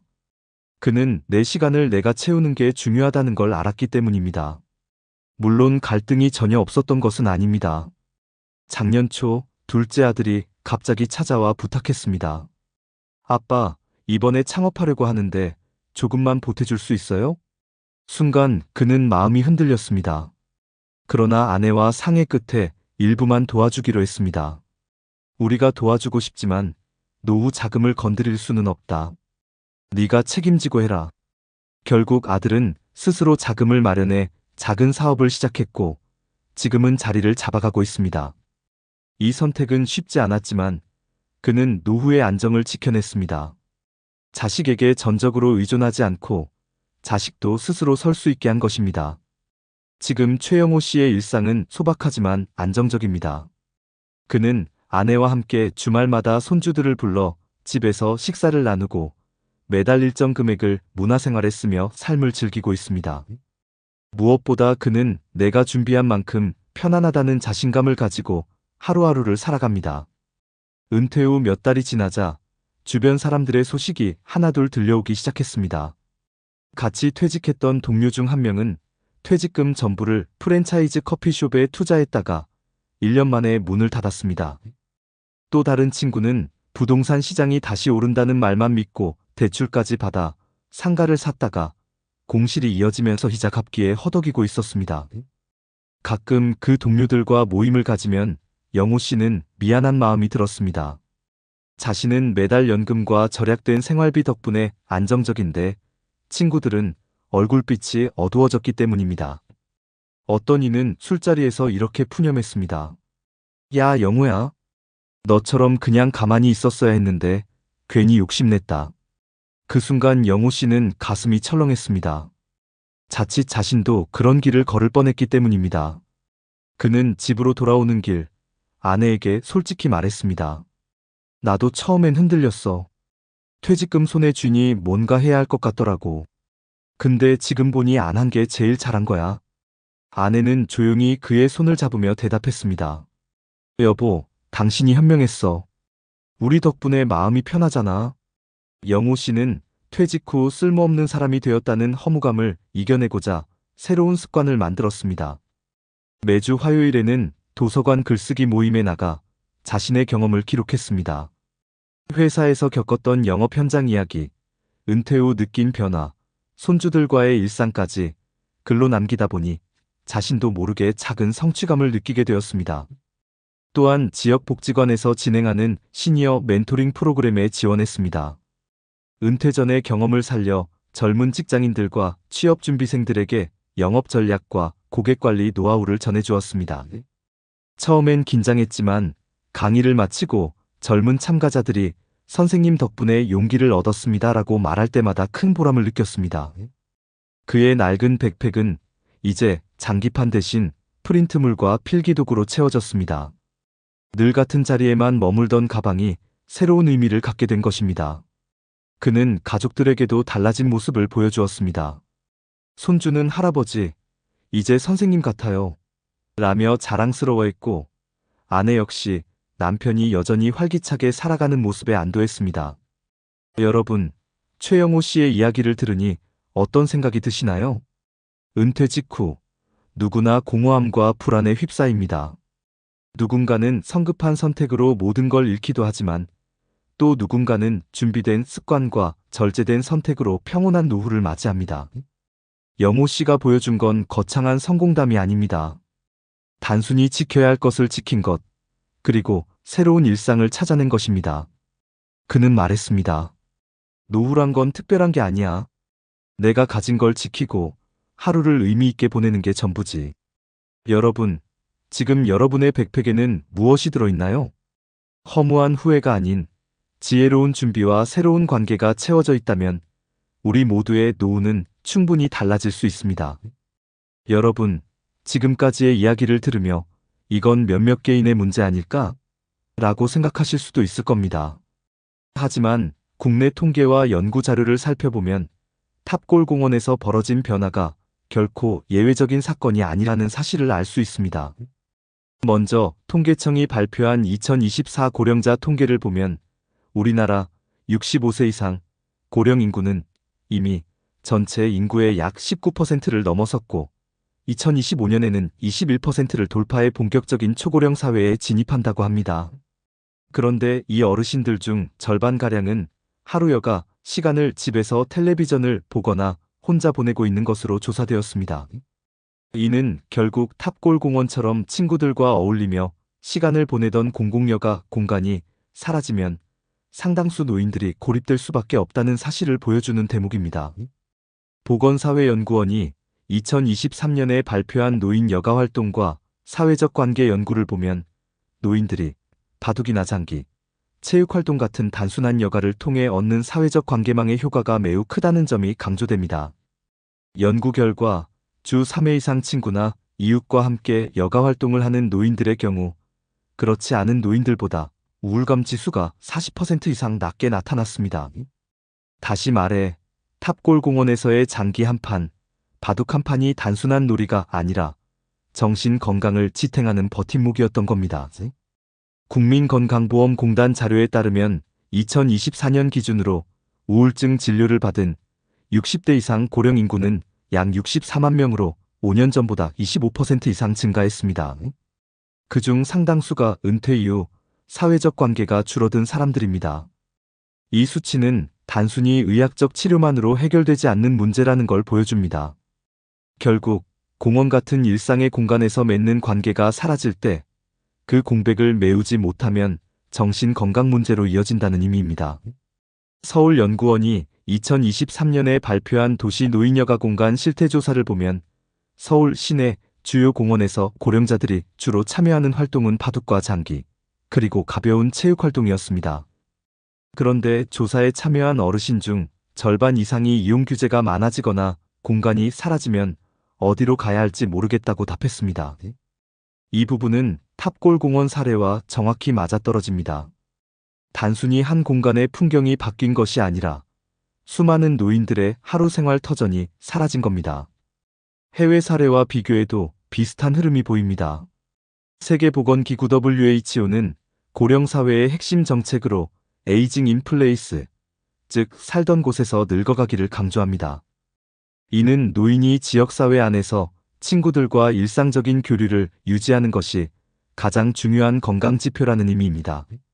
실제로 영국 보건사회연구소 인스터투트 포 헬스 언드 소셜 케어에서 발표한 연구에 따르면 지역 공원과 커뮤니티 센터를 주 2회 이상 이용하는 고령자는 그렇지 않은 고령자에 비해 평균 5년 이상 더 건강한 생활을 유지할 확률이 높다고 합니다. 또한 일본 후생노동성의 2023 고령자 생활 실태 조사에서는 노인들이 지역 공원에서 바둑게이트 볼체조 같은 단순한 여가 활동을 하는 경우 그렇지 않은 노인들보다 우울증 발생률이 30% 이상 낮다고 보고했습니다. 일본은 이미 우리보다 10년 먼저 초고령 사회에 진입했기 때문에 그들의 경험은 곧 우리의 미래를 예고하는 셈입니다. 이처럼 국내외 연구들이 공통으로 말하는 건 분명합니다. 고령자에게는 단순한 놀이가 곧 사회적 관계망이고 이는 건강과 직결된다는 점입니다. 따라서 탑골공원에서의 금지 조치가 질서를 회복했다는 점은 긍정적일 수 있지만 동시에 수천 명의 노인들이 하루를 버틸 수 있는 공간과 관계를 잃어버린 것 또한 사실입니다. 전문가들은 한 목소리로 말합니다. 노인 문제를 해결하기 위해서는 단속보다 대안 마련이 먼저여야 한다. 여러분, 이 자료들을 보니 어떠신가요? 결국 우리의 부모님 세대, 그리고 머지않아 우리 자신이 맞이할 미래는 단순히 공원이 깨끗해졌다는 차원의 문제가 아니라는 것을 알 수 있습니다. 노인에게 필요한 건 단순한 놀이판이 아니라 그 안에서 이어지는 웃음과 관계, 그리고 하루를 버틸 힘입니다. 여러분, 그렇다면 이런 문제를 해결하기 위해 우리는 어떤 길을 선택해야 할까요? 전문가들은 한 목소리로 말합니다. 단속만으로는 근본적인 해법이 될 수 없으며 반드시 대안 공간과 프로그램을 함께 마련해야 한다는 것이죠. 실제로 우리나라 정부와 지자체에서도 다양한 시도를 하고 있습니다. 우선 보건복지부는 2025년 현재 노인 여가복지시설 확충 5개년 계획을 추진하며 전국의 경로당과 노인복지관을 신축하거나 리모델링하는 데 예산을 집중 투자하고 있습니다. 서울시는 이미 2024년부터 찾아가는 경로당 프로그램을 확대해 단순히 바둑과 장기뿐 아니라 체조, 합창, 스마트폰 교육 같은 다양한 프로그램을 운영하도록 지원하고 있고, 종로구는 탑골공원에서 장기바둑이 금지된 이후 대체 공간으로 서울노인복지센터 장기실과 종묘공원 바둑 모임을 공식적으로 안내하며 필요시 이동을 돕는 어르신 이동 지원 서비스까지 병행하고 있습니다. 부산시는 행복한 마을 어르신 학교라는 사업을 운영하며 동네마다 소규모로 노인들이 모여서 장기와 바둑, 탁구를 즐길 수 있는 공간을 제공하고 있고, 광주광역시는 노인 일상여가 지원 바우처 제도를 시행하여 일정 금액을 어르신 개인 계좌에 지원해 본인이 원하는 여가 활동을 선택할 수 있도록 돕고 있습니다. 전문가들은 이러한 시도가 단순한 지원이 아니라 사회적 비용을 줄이는 투자라고 강조합니다. 왜냐하면 노인이 고립되지 않고 건강을 유지하면 결국 의료비와 복지비용이 절감되기 때문입니다. 해외에서도 이미 비슷한 사례가 존재합니다. 일본은 2017년부터 지역 포괄 케어 시스템을 법제화하여 동네 공원과 복지관을 연계한 커뮤니티 케어를 운영하고 있습니다. 예를 들어 도쿄의 일부 자치구에서는 매일 오후 3시가 되면 공원에 임시 장기바둑 테이블을 설치하고 자원봉사자들이 어르신과 함께 놀이를 즐기도록 돕습니다. 이를 통해 음주 문제나 다툼은 최소화하면서도 노인들의 교류는 유지하는 방식입니다. 영국은 에이지-프렌들리 시티 프로젝트를 법적으로 추진하며 노인들이 편안하게 활동할 수 있는 공원 시설을 개선하고 시니어 자원봉사자들을 파견해 현장에서 갈등을 중재하도록 하고 있습니다. 독일의 경우에는 세대통합센터를 전국적으로 확산시켜 노인과 청년이 함께 바둑이나 보드게임을 즐기도록 장려하면서 노인 고립 문제를 예방합니다. 이렇게 세계 여러 나라가 선택한 길은 명확합니다. 금지와 단속만으로는 문제를 풀 수 없다는 것, 반드시 어르신들이 안전하게 머물며 소일할 수 있는 대체 공간과 새로운 제도적 장치가 필요하다는 것입니다. 결국 우리가 배워야 할 교훈은 간단합니다. 탑골공원에 텅 빈 벤치를 방치할 것이 아니라 그 자리에 웃음과 대화를 되돌려 놓을 방법을 마련해야 한다는 것, 그리고 그것은 정부와 지자체의 정책뿐 아니라 가족과 이웃의 관심이 함께할 때 비로소 가능하다는 점입니다. 낡은 백팩 속에 사라진 웃음, 새 가방 속에 피어난 희망, 길을 잃은 벤치의 그림자, 다시 걸어나오는 햇살이 되기를. 여러분, 오늘 우리가 함께 들었던 두 사람의 이야기는 마치 두 갈래 길을 보여주는 것 같았습니다. 한 사람은 퇴직 후 낡은 백팩에 장기판을 넣고 매일 탑골공원으로 향했지만 그곳이 닫히자 삶의 의미마저 잃어버렸습니다. 그 백팩은 결국 무거운 상실감의 상징이 되었지요. 또 다른 사람은 같은 은퇴를 맞이했지만 퇴직금을 지켜내고 생활 습관을 준비하며 가족과 지역사회 속에서 새로운 의미를 찾아냈습니다. 그의 가방 속에는 장기판 대신 글쓰기 교재와 손주에게 줄 선물이 담겨 있었고, 그 가방은 이제 활력과 관계의 상징이 되었습니다. 어느 길이 더 좋다고 단정할 필요는 없습니다. 하지만 분명한 건 우리의 작은 선택 하나가 노후의 풍경을 완전히 바꾼다는 사실입니다. 준비가 부족할 때 우리는 외로운 벤치 위에 홀로 앉게 될 수 있습니다. 하지만 조금 더 일찍, 조금 더 지혜롭게 준비한다면 우리는 여전히 웃음소리가 가득한 길을 걸을 수 있습니다. 그렇다면 우리는 무엇을 해야 할까요? 첫째, 지금 가진 것을 지키는 작은 습관부터 시작해야 합니다. 무리한 투자 대신 일상에서 실천할 수 있는 절약과 꾸준한 준비가 필요합니다. 둘째, 고립되지 않기 위해 스스로 발걸음을 내딛어야 합니다. 동네 복지관, 도서관, 작은 모임이라도 좋습니다. 관계는 스스로 만드는 것이고 그 관계가 우리의 하루를 지탱합니다. 셋째, 가족과 이웃에게 마음을 열어야 합니다. 손주와 함께하는 산책, 친구와 나누는 한 끼 식사가 결국은 우리 인생의 가장 값진 시간이 됩니다. 박정수 씨처럼 공원에서 웃음을 잃고 허무함 속에 머무를 수도 있고, 최영호 씨처럼 새로운 의미를 찾아내며 다시 활력을 얻을 수도 있습니다. 여러분, 우리는 모두 언젠가 이 두 갈래 길 앞에 서게 됩니다. 그렇다면 어떤 길을 택하고 싶으신가요? 마지막으로 이 영상을 보시는 50대, 60대, 70대 시청자 여러분께 말씀드립니다. 아직 늦지 않았습니다. 오늘의 작은 선택 하나가 내일의 삶을 지켜줍니다. 낡은 백팩 속에 담긴 후회가 아니라 새 가방 속에 담긴 희망으로 우리의 노후를 채워가야 합니다. 우리 모두가 언젠가 같은 길 위에서 다시 만났을 때 서로의 얼굴에 미소가 가득하기를 바랍니다. 여러분, 지금부터라도 우리의 내일을 준비해 봅시다. 그 준비가 바로 여러분의 행복이고 사랑하는 가족의 기쁨이 될 것입니다. 사람들은 100세 시대가 축복이라고들 하죠. 하지만 저에겐 그저 하루하루가 불안했습니다. 나이 드니 몸은 여기저기 쑤시고 자식들한테 짐되기 싫어서 평생 모은 5천만 원을 손에 꽉 쥐고 있었거든요. 그런데 그저 다정했던 그 목소리, 따뜻했던 그 관심 한 번에 제 전 재산이 그냥 공중으로 날아가 버렸습니다. 그 사람들은 처음부터 제 돈을 노린 게 아니었어요. 제 외롭고 허전한 마음을 먼저 훔쳐갔던 겁니다. 이 방송 보시는 분들, 이거 절대 남의 일 아닙니다. 그러니 제발 제가 오늘 드리는 이 억울한 사연 끝까지 꼭 좀 들어주세요. 제발요. 2025년 가을이 깊어가는 인천의 한 오래된 아파트. 69세 최민준 씨의 하루는 30년 넘게 맞춰온 시계처럼 정확하게 시작되었습니다. 새벽 6시 정각, 알람 소리 없이도 저절로 눈이 떠졌습니다. 그는 평생을 중소기업 인사팀 부장으로 살며 몸에 익힌 습관대로 침구부터 반듯하게 정리했습니다. 그의 작은 서재는 그의 인생이 담긴 박물관과도 같았습니다. 책상 한가운데에는 퇴직할 때 동료들에게 선물 받은 만년필이 정갈하게 놓여 있었습니다. 바르고 부지런하게라는 뜻의 근정이라는 두 글자가 새겨진, 이제는 손때가 묻어 반질반질해진 만년필이었죠.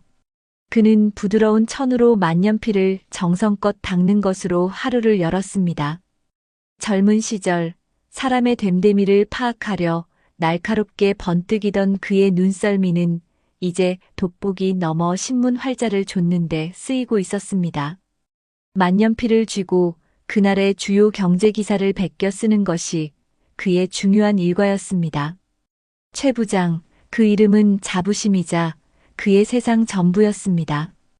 평생 사람을 살피고 평가하고 때로는 매정하게 돌아서야 하는 일을 했습니다. 사람 하나는 제대로 본다는 자부심으로 버텨온 인생이었습니다. 하지만 서재를 나서는 순간 그의 세상은 좁고 고요해졌습니다.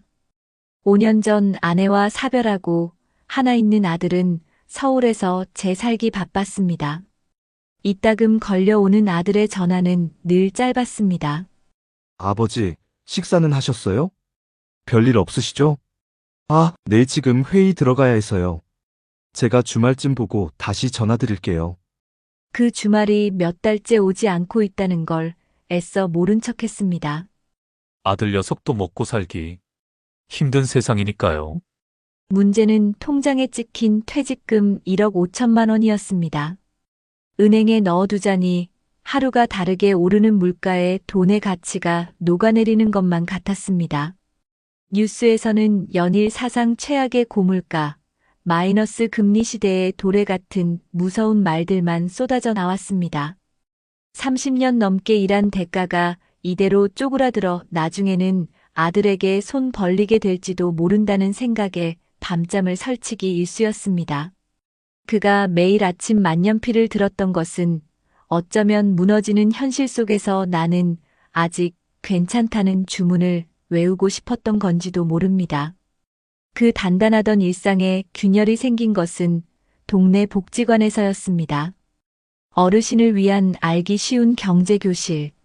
시간을 때우러 나간 강좌였지만 내용은 귀에 들어오지 않았습니다. 그때 강연이 끝나고 멍하니 앉아있는 그에게 한 남자가 다가왔습니다.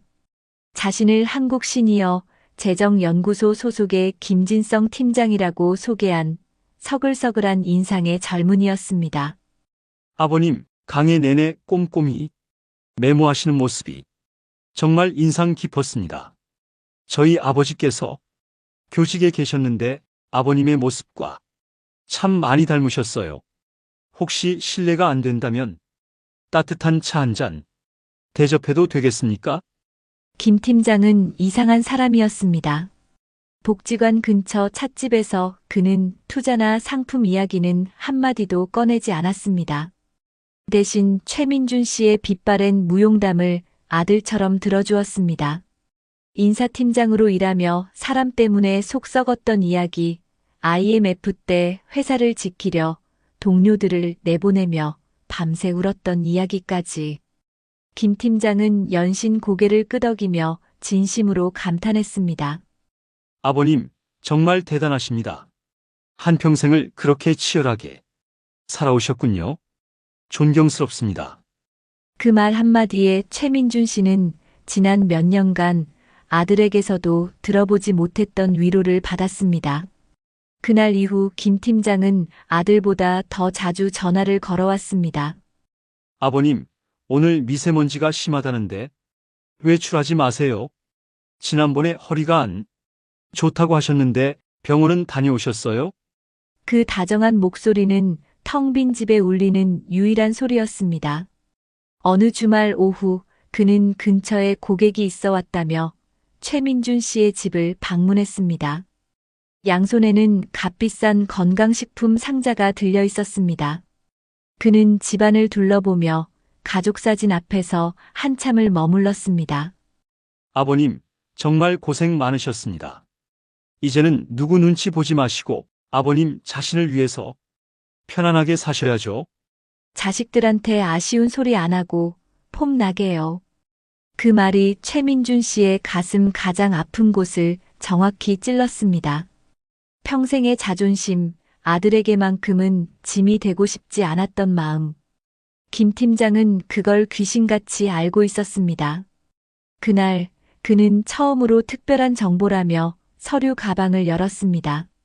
아주 조심스럽고 은밀하게.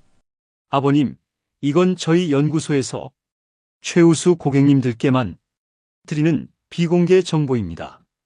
정부가 신성장 동력으로 지정한 해상풍력에너지 관련 기업이 있는데 아직 상장 전이라 하는 사람만 투자할 수 있습니다.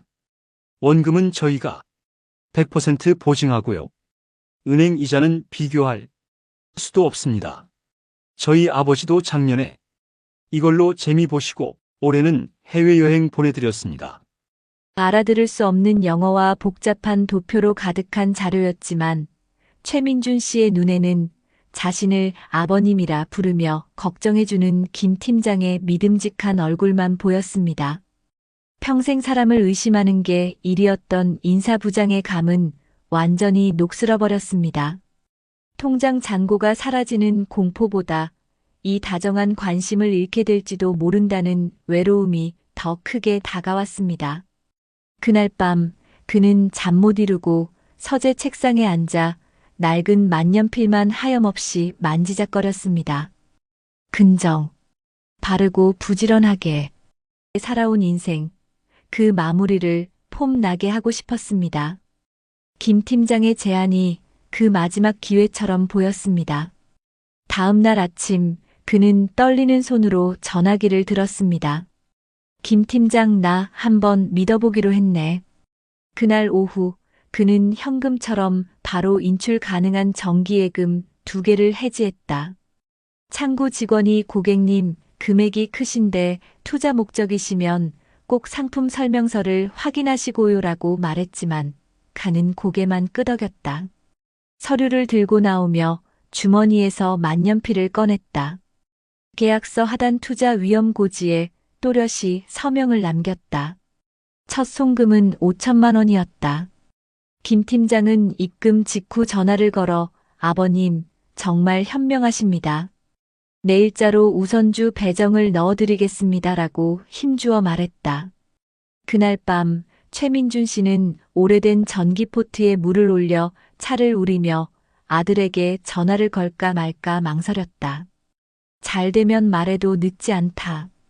그는 통화 기록을 닫고 서재로 돌아가 만년필을 천으로 다시 한번 닦았다. 일주일 뒤 김 팀장은 수익 현황이라는 표를 보냈다. 예상 누적 수익률 7.8%. 초기 배당 잡히면 추가로 넣으시는 분들 많습니다. 말끝마다 아버님을 붙이던 목소리는 다정해졌다. 그는 결국 2번에 나눠 나머지 돈도 보냈다. 총액 1억 5천만 원. 마침내 통장에는 생활비 몇백만 원만 남았다. 그 밤 그는 벽에 기대어 앉아 가족사진 아래에서 한참을 있었다. 둘째 주 월요일 아침 문자 수신이 멈췄다. 회의 중이라 잠시 후 연락드리겠습니다. 그 문자가 마지막이었다. 전화는 통화 중 혹은 전원이 꺼져 있습니다로 돌아왔다. 그는 복지관 안내문에서 본 주소를 찾아 나섰다. 낡은 상가 골목 3층. 간판은 벗겨져 있었고 유리문 안쪽엔 임대문의 종이만 바람에 흔들렸다. 그는 엘리베이터 앞 좁은 복도에서 한동안 움직이지 못했다. 손에 쥔 서류 봉투 위에 만년필이 떨어지며 짧은 금속성 소리가 났다. 오래 쥐어 반질해진 그 만년필은 순간 낯설게 보였다. 제가 뭘 놓친 거죠? 그의 귓가에 스스로의 목소리가 메아리 쳤다. 그는 결국 지구대에 들렀다. 그는 멈췄다. 담당 형사는 최근 같은 유형이 많다며 피해 사실 확인서를 작성했다. 계좌가 얽힌 법인은 이미 해산 공고가 났고 대표 전화는 대포폰이었다. 접근 방식이 교묘합니다. 복지관광좌병원 대기실 등에서 상호작용을 쌓고 가족 호칭으로 신뢰를 확보하죠. 그는 고개를 끄덕였다. 형사가 연락망이나 서류 사진을 남겨두신 게 있냐고 묻자 그는 주머니에서 만년필과 함께 접어둔 메모지를 꺼냈다. 날짜, 시각, 대화 요지, 계좌번호. 자필로 빼곡했다. 밤이 깊어 돌아온 집은 넓었다. 부엌 시계 초침이 벽을 두드렸다. 그는 찻잔 옆에 만년필을 눕히고 불을 껐다. 잠결에 아들의 카카오톡 메시지가 떴다. 아버지, 이번 주는 지방 출장이 생겨서요. 다음에 꼭 봬요. 화면이 다시 어두워졌다. 새벽녘 그는 서재 불을 켰다. 비어버린 통장 내역을 인쇄해 모아두고 종이 위에 네모칸을 그리기 시작했다. 입금, 출금, 통화 방문 표제. 맨 윗줄에 강조선. 그는 한 칸씩 날짜를 채우며 손을 멈추지 않았다. 다음 날 그는 복지관 상담 창구에 들러 담당 사회복지사와 마주 앉았다. 혼자서 결정하셨군요. 조심스러운 말이었다. 그는 고개를 끄덕였다. 누가 내 이야기를 이렇게 길게 들어준 게 얼마만인지 몰라요. 그의 목소리는 낮았지만 분명했다. 사회복지사는 일정표를 꺼내 경로당 바둑 모임, 건강체조, 뉴스 읽기 소모임을 표시했다. 같이 가보실래요? 그는 바로 답하지 못했다. 만년필을 돌리다 멈추며 조용히 말했다. 가보겠습니다. 경로당 첫날, 그는 바둑판 앞에서 손을 떨었다. 맞은편 노인은 처음이면 누구나 떤다고 웃었다. 대국이 끝나자 누군가 물었다. 요즘 뉴스 어렵지요? 그는 웃으며 답했다. 그래도 표로 정리하면 또렷해집니다. 그날 저녁 집에 돌아와 그는 아들에게 먼저 전화를 걸었다. 민수야, 오늘은 내가 좋은 곳에 다녀왔어. 통화는 길지 않았지만 이후의 정적은 전과 달랐다. 그는 형사와 연락을 이어갔다. 송금 경로 추적, 관련 계좌 동결 신청, 공동대응센터 신고. 시간이 걸린다고 했다. 그는 이번엔 조급해하지 않기로 마음먹었다. 대신 매일 아침 만년필로 같은 문장을 베껴 썼다. 서두르지 않되 멈추지 않는다. 어느 날 형사가 말했다. 비슷한 피해자분들이 있습니다. 경로당에서 사례를 나눠주실 수 있을까요? 그는 잠시 말이 없었다가 말했다. 제가 할 수 있을까요? 작은 발표는 경로당 강의실에서 열렸다. 그는 스크린 대신 손수 만든 양식 몇 장을 돌렸다. 표의 맨 윗줄엔 붉은 펜으로 적힌 문장 하나. 처음 다가오면 첫 제안은 미룬다. 그는 사건을 시간순으로 정리한 표대로 읽었다. 마지막 장을 넘기며 그는 만년필을 가볍게 들어보였다. 이게 제 직업의 마지막 습관이자 제가 붙들 수 있었던 도구였습니다. 말이 끝나자 앞줄의 한 노인이 손을 들었다. 나도 비슷했소. 다른 사람도 고개를 끄덕였다. 누군가는 웃었고 누군가는 한숨을 쉬었다. 누구도 박수를 크게 치지 않았다. 그러나 흩어지는 사람들의 걸음이 전보다 조금 붙어 다녔다. 복도 끝에서 누군가 그에게 말했다. 다음에 차 한잔 하시지요. 그가 고개를 숙였다. 예, 좋습니다. 가을비가 그친 저녁, 그는 현관문을 잠그고 서재 불을 껐다. 거실을 지나며 사진 앞에 한 번 멈췄다. 그리고 만년필을 제자리, 천 위에 눕혔다. 뚜껑을 닫는 소리가 작게 울렸다. 그는 커튼을 젖혔다. 골목 입구, 가로등 불빛 아래 비가 잔잔히 마르고 있었다. 전화기가 가볍게 떨렸다. 아버지, 다음 주엔 진짜 뵐게요. 저도 보고 싶습니다. 그는 답장을 길게 쓰지 않았다. 그래, 난 잘 지낸다. 그 말 뒤에 작은 점을 하나 찍고 만년필을 내려놓았다. 그는 알았다.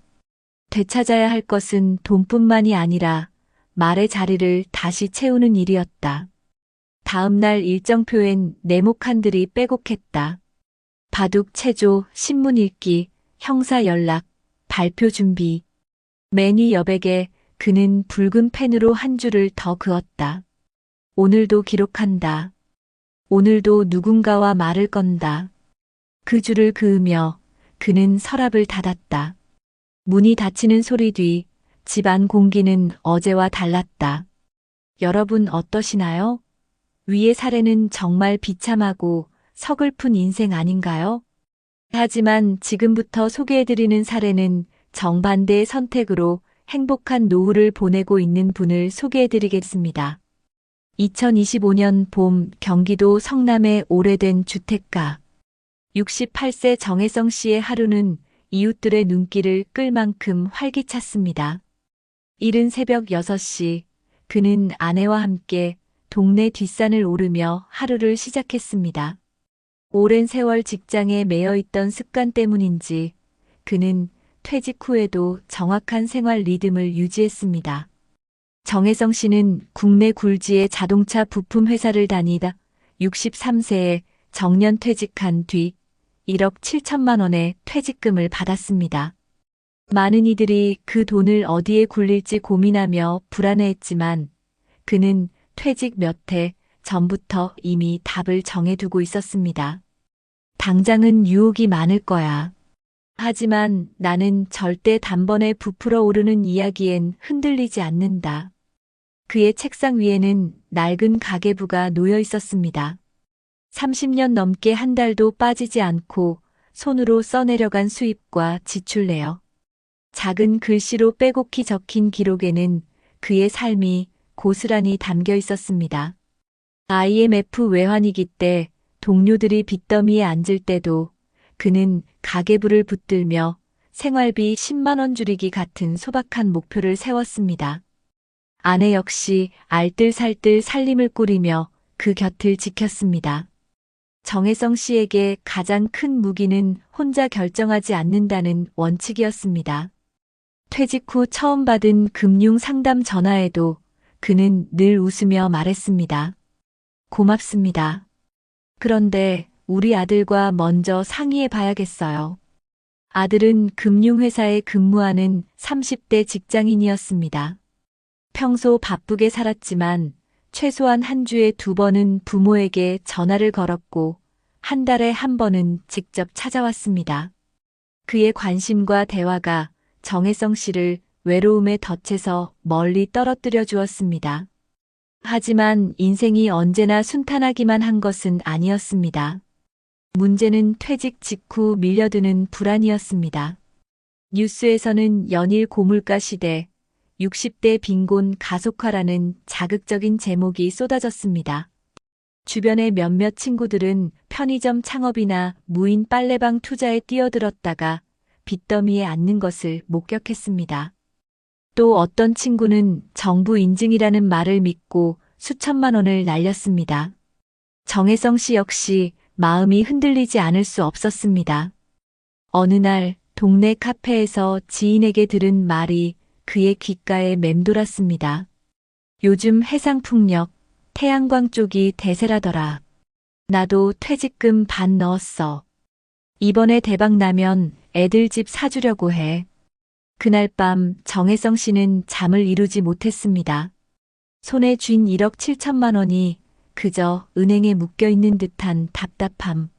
물가는 오르는데 이자는 그대로였으니 불안은 커졌습니다. 아내는 옆에서 조용히 말했습니다. 여보, 당신이 평생 사람 보는 눈은 누구보다 정확했잖아. 그런데 돈은 다르지 않아? 혼자서만 고민하지 말고 우리 같이 생각해 봅시다. 그 말에 그는 다시 가계부를 펼쳤습니다. 지난 10년간의 기록을 넘기며 알게 된 사실은 분명했습니다. 크게 번 적은 없지만 잃은 적도 없었다. 작은 습관과 원칙이 위기를 막아준 것이었습니다. 그럼에도 갈등은 쉽게 가라앉지 않았습니다. 친구들은 그를 답답하다고 했습니다. 정 부장, 그렇게 조심만 하다가는 남는 게 없네. 나이 들어 뭐 하려고 그래? 나처럼 조금은 과감히 움직여야지. 그 말을 들은 그는 잠시 흔들렸습니다. 그러나 결국 그는 아들과 약속한 원칙을 떠올렸습니다. 혼자 결정하지 않는다. 며칠 뒤 그는 아들을 불러 함께 은행을 찾았습니다. 은행 상담 직원은 장시간에 걸쳐 설명했습니다. 연금저축, ISA 계좌, 분산투자, 그리고 노후를 위한 안정형 채권 펀드. 복잡해 보였지만 아들이 옆에서 꼼꼼히 메모하며 아버지에게 설명했습니다.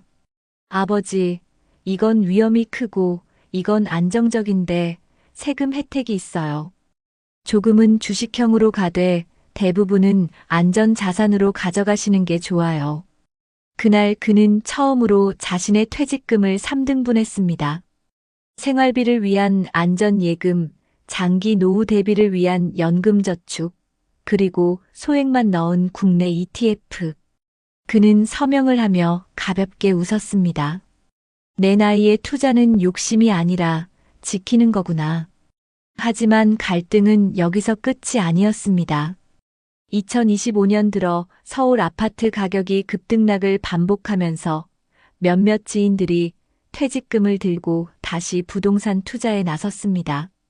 카톡방에는 조금만 더 넣으면 한 달에 몇백은 보장된다는 메시지가 도배됐습니다. 그 방에 초대받은 순간 정혜성 씨도 잠시 흔들렸습니다. 그는 결국 아들에게 전화를 걸었습니다. 민수야, 너 친구들도 이런 거 한다는데 나는 어떻게 해야 할까? 아들은 단호하게 말했습니다. 아버지, 진짜 금융기관은 카톡방에서 상품을 권하지 않아요. 그 방에선 빨리 나오세요. 그날 그는 카톡방을 탈퇴하며 손끝이 떨렸습니다. 하지만 동시에 안도감이 밀려왔습니다. 스스로를 지켜냈다는 작은 성취감이었습니다. 갈등의 순간은 거듭 찾아왔습니다. 아파트 관리사무소 앞에서 만난 70대 노인은 퇴직금을 모두 날렸다며 탄식했습니다. 그 이야기를 들으며 정혜성 씨는 다시 한번 다짐했습니다. 나는 혼자 결정하지 않는다.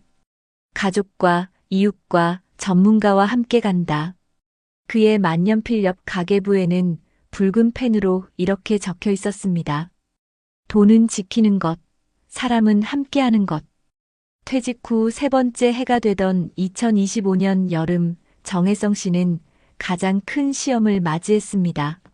언론에서는 고령층 금융사기 급증이라는 뉴스가 연일 보도되었고 가까이 지내던 지인이 투자 사기를 당해 순식간에 수억 원을 잃었다는 소식이 들려왔습니다. 불안은 순식간에 그의 마음을 파고들었습니다. 나도 혹시 잘못된 선택을 한 건 아닐까? 지금이라도 더 높은 수익을 찾아 나서야 하는 건 아닐까? 갈등은 오래가지 않았습니다. 어느 날 아파트 경로당에서 열린 모임에서 한 노인이 떨리는 목소리로 자신의 사연을 털어놓았습니다. 나는 아들에게 미안해서 말도 못했는데 전 재산을 다 잃었어. 이제 남은 건 기초연금뿐이야. 그 순간 정혜성 씨는 그토록 조심스러웠던 자신의 선택이 결코 잘못되지 않았음을 확신했습니다.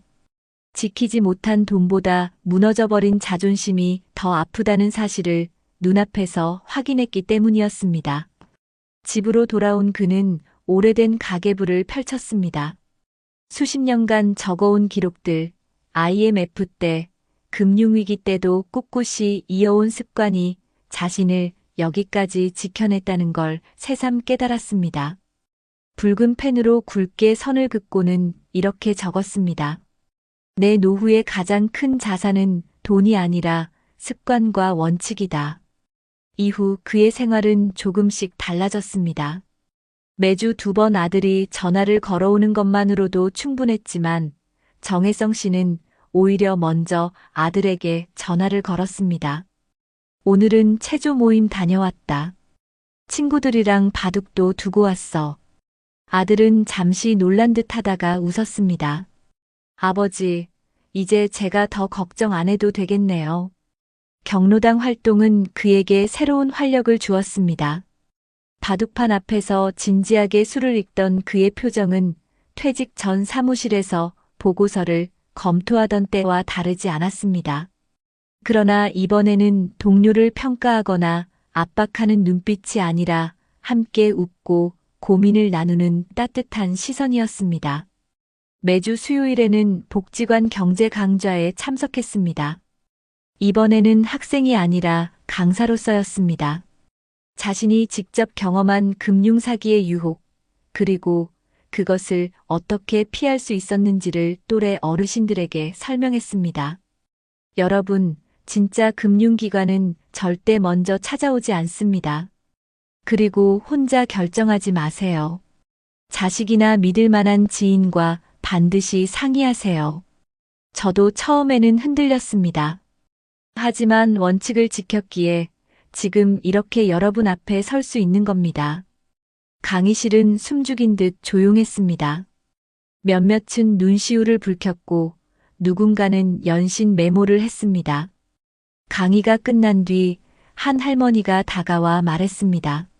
정 선생님 덕분에 눈이 뜨였어요.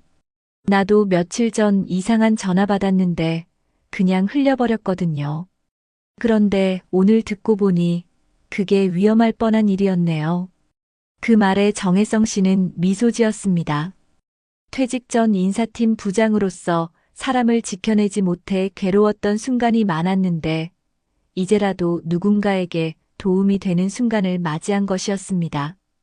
시간은 흘러 2025년 가을, 집 거실벽에 걸린 가족사진 아래에서 그는 아들과 함께 식탁에 앉았습니다. 아들은 아버지의 손을 꼭 잡으며 말했습니다. 아버지, 제가 존경하는 이유가 뭔지 아세요? 돈을 많이 모으셔서가 아니라 끝까지 원칙을 지키신 거예요. 그게 저한테도 가장 큰 가르침이에요. 정혜성 씨는 잠시 말이 없었습니다. 눈가가 젖어드는 걸 들키고 싶지 않아 신문을 들었지만 활자가 흐릿해졌습니다. 그는 천천히 말했다. 민수야, 돈은 결국 쓰고 지나가는 거지만 원칙은 남는다. 내가 지킨 건 그거야. 그의 일상은 화려하지 않았습니다. 그러나 매주 복지관 체조 모임, 경로당 바둑판, 아들과의 전화, 그리고 가계부를 적는 습관이 모여 단단한 삶을 만들었습니다. 그는 더 이상 외롭지 않았습니다. 집안은 여전히 고요했지만 그 고요는 공허가 아닌 평온이었습니다. 여러분, 혹시 남 얘기 같으신가요? 하지만 곰곰이 생각해 보십시오. 누구나 나이를 먹고 언젠가는 혼자가 될 수 있습니다. 그때 지켜줄 수 있는 것은 화려한 투자나 큰 돈이 아니라 평생 이어온 작은 습관과 주변 사람들과의 끈끈한 대화입니다. 정혜성 씨는 퇴직금 1억 7천만 원을 잃지 않았습니다. 더 중요한 건 외로움에 휘둘리지 않고 원칙을 지킨 덕분에 돈보다 값진 안전한 노후와 가족과의 신뢰를 지켰다는 사실입니다. 여러분, 우리 모두 언젠가 같은 자리에 설 수 있습니다. 그때 무엇을 지킬지는 지금의 선택에 달려 있습니다. 혼자가 아니라는 믿음, 그리고 작은 원칙. 그것이 진정한 노후의 자산 아닐까요? 여러분, 그렇다면 지금 우리 사회에서 혼자 사는 노인들이 얼마나 취약한 상황에 놓여 있는지 수치로 확인해 보겠습니다. 먼저, 통계청이 2024년에 발표한 고령자 통계를 보면 현재 65세 이상 고령 인구 중 혼자 사는 노인은 약 180만 명에 달합니다. 전체 노인 인구의 20%가 넘는 비율인데 특히 70세 이상에서는 그 비율이 더욱 높아집니다. 문제는 단순히 혼자 사는 숫자가 아니라 이분들이 하루에 대화하는 시간이 극도로 짧다는 점입니다. 보건복지부에서 발표한 노인 실태조사에 따르면 독거노인의 하루 평균 대화 시간은 30분도 채 되지 않는다고 합니다. 이는 가족과 함께 사는 노인들에 비해 절반 이하 수준인데 사회적 교류가 부족할수록 외부의 달콤한 유혹이나 사기성 접근에 쉽게 노출될 수 있다는 것을 보여주는 단적인 수치입니다. 실제로 금융감독원이 집계한 자료를 보면 2023년 한 해 동안 발생한 65세 이상 고령층 금융사기 피해 건수는 전년 대비 약 18% 증가했고 1인당 평균 피해 금액은 2,400만 원을 넘었습니다. 특히 전화나 온라인으로 접근하는 보이스피싱보다 최근 몇 년 사이 급증한 유형이 바로 대면 관계형 투자 사기입니다. 범죄 조직이 직접 노인을 찾아가 장기간 신뢰를 쌓은 후 돈을 빼앗는 수법인데 이 경우 피해 금액이 더 크고 회복 가능성은 더 낮다고 보고되고 있습니다. 이 문제는 한국만의 상황이 아닙니다. 세계보건기구 WHO와 경제협력개발기구 OECD에서도 공통적으로 지적하는 부분이 있습니다. 노인의 사회적 고립과 금융사기 취약성이 밀접하게 연결돼 있다는 것입니다. 예를 들어 미국의 소비자금융보호국 CFPB은 2022년 보고서에서 65세 이상 노인 대상 금융사기 피해 평균액이 약 3만 달러에 달하며 피해자 대부분이 외로움과 고립 상태에서 사기꾼과 접촉을 시작했다고 분석했습니다. 또 영국 노인복지단체 에이지 UK 조사에 따르면 독거노인의 40% 이상이 일주일에 한 번도 가족이나 친구와 대화를 나누지 않는다고 응답했는데 이 집단이 사기에 당할 확률은 그렇지 않은 노인에 비해 4배 이상 높았습니다. 해외 논문 중에도 이러한 상관관계를 뒷받침하는 연구들이 다수 존재합니다. 일본에서 발표된 한 연구는 노인의 사회적 관계망이 좁을수록 특히 자녀와 떨어져 살며 정기적 교류가 없는 경우 금융사기에 취약할 확률이 급격히 높아진다고 결론지었습니다. 이는 한국과 인구 구조나 가족 형태가 유사한 일본 사례이기 때문에 우리 사회에도 시사하는 바가 큽니다. 전문가들의 공통된 견해는 분명합니다. 노인들의 탐욕이나 지적 능력 저하 때문이 아니라 관심과 대화의 결핍이 사기 피해의 본질적 원인이라는 것입니다. 실제로 국내 학술지 한국노인복지학회지에 실린 2023년 논문을 보면 고령층 금융사기 피해자의 상당수가 사기범을 효자나 딸 같은 존재로 인식하며 마음을 연 뒤 돈을 잃은 사례가 많았다고 분석했습니다. 또 보건사회연구에 게재된 연구에서는 독거노인의 정서적 고립이 건강 문제보다도 금융 위험에 더 큰 영향을 미친다는 점을 강조했습니다. 해외에서도 비슷한 결과가 나타납니다. 미국 노년학 저널 제런탈러지 저널에 발표된 논문은 노인 금융사기의 가장 큰 예측 요인은 재정 지식이 아니라 사회적 고립이라고 결론을 내렸습니다.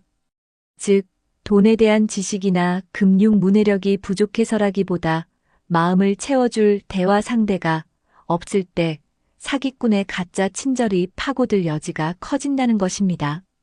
그렇다면 구체적으로 어떤 요인들이 노인들을 위험에 빠뜨릴까요? 한국형사정책연구원의 보고서에 따르면 첫째는 정보 비대칭입니다.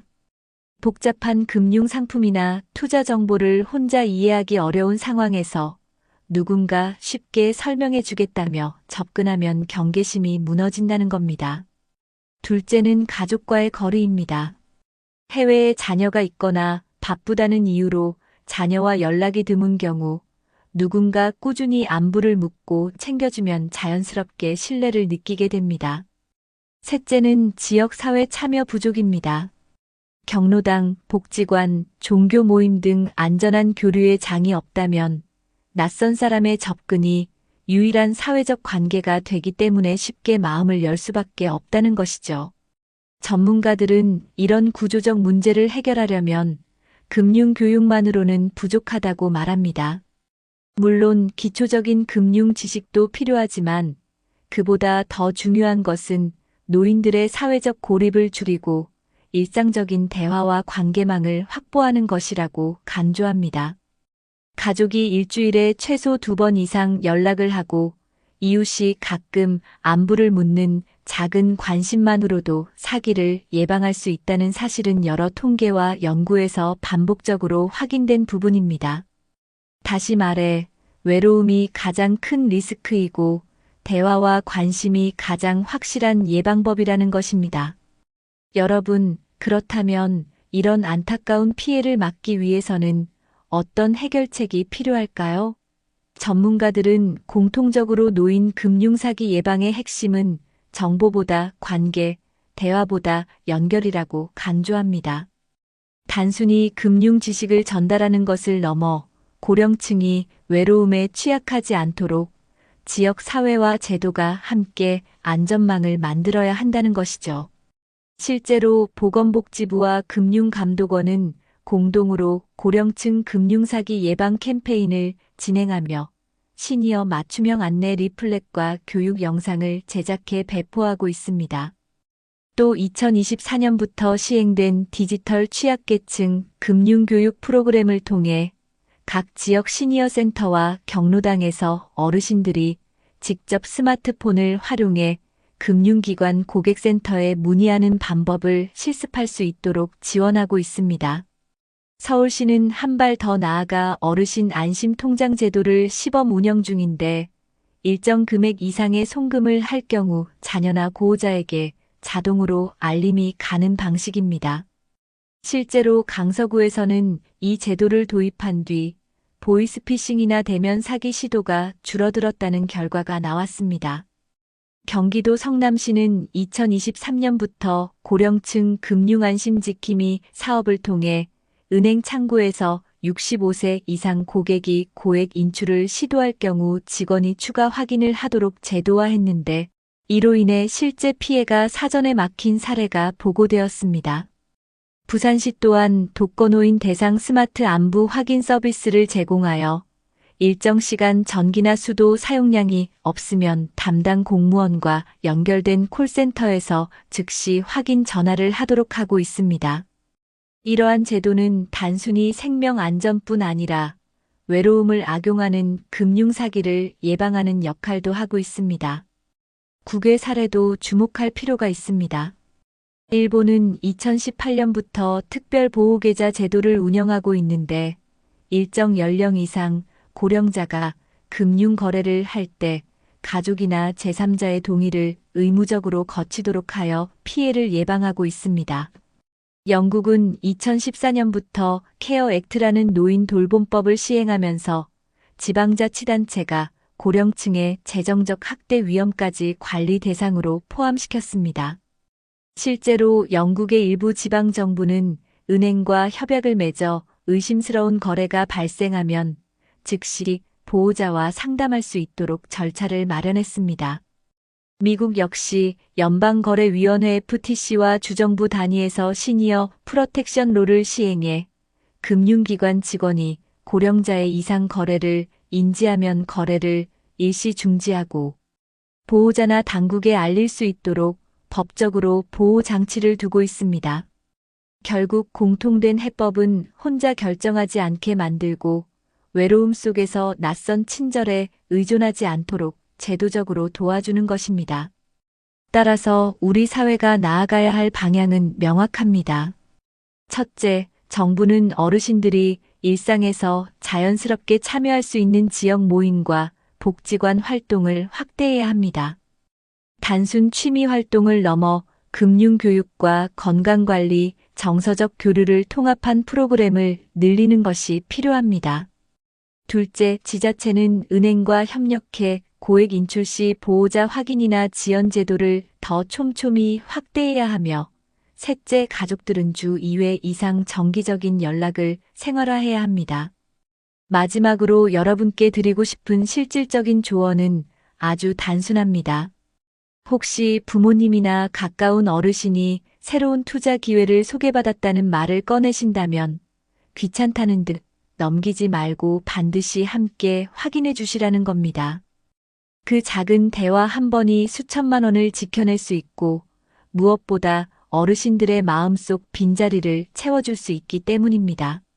낡은 만년필 한 자루는 외로움에 무너진 사람의 마지막 서명으로 또 다른 한 자루는 지켜낸 원칙의 기록으로 남았습니다. 하나의 펜이 써내려간 두 인생, 그 끝은 얼마나 달라질 수 있는지를 보여주었습니다. 여러분, 우리는 오늘 두 사람의 서로 다른 길을 함께 보았습니다. 한 사람은 외로움과 불안 속에서 다가온 낯선 친절에 마음을 내주었고 결국 평생 모은 돈과 자존심마저 빼앗기고 말았습니다. 그의 손끝에서 떨리며 떨어진 만년필 소리는 우리 사회 수많은 어르신들이 겪는 눈물의 울림과도 같았습니다. 하지만 또 한 사람은 같지 않았습니다. 그 역시 두려움과 유혹 앞에 서 있었습니다. 물가는 오르고 친구들의 말은 흔들림을 주었지만 그는 끝내 원칙을 지켰습니다. 혼자 결정하지 않고 가족과 상의하며 작은 습관과 기록으로 삶을 단단히 붙잡았습니다.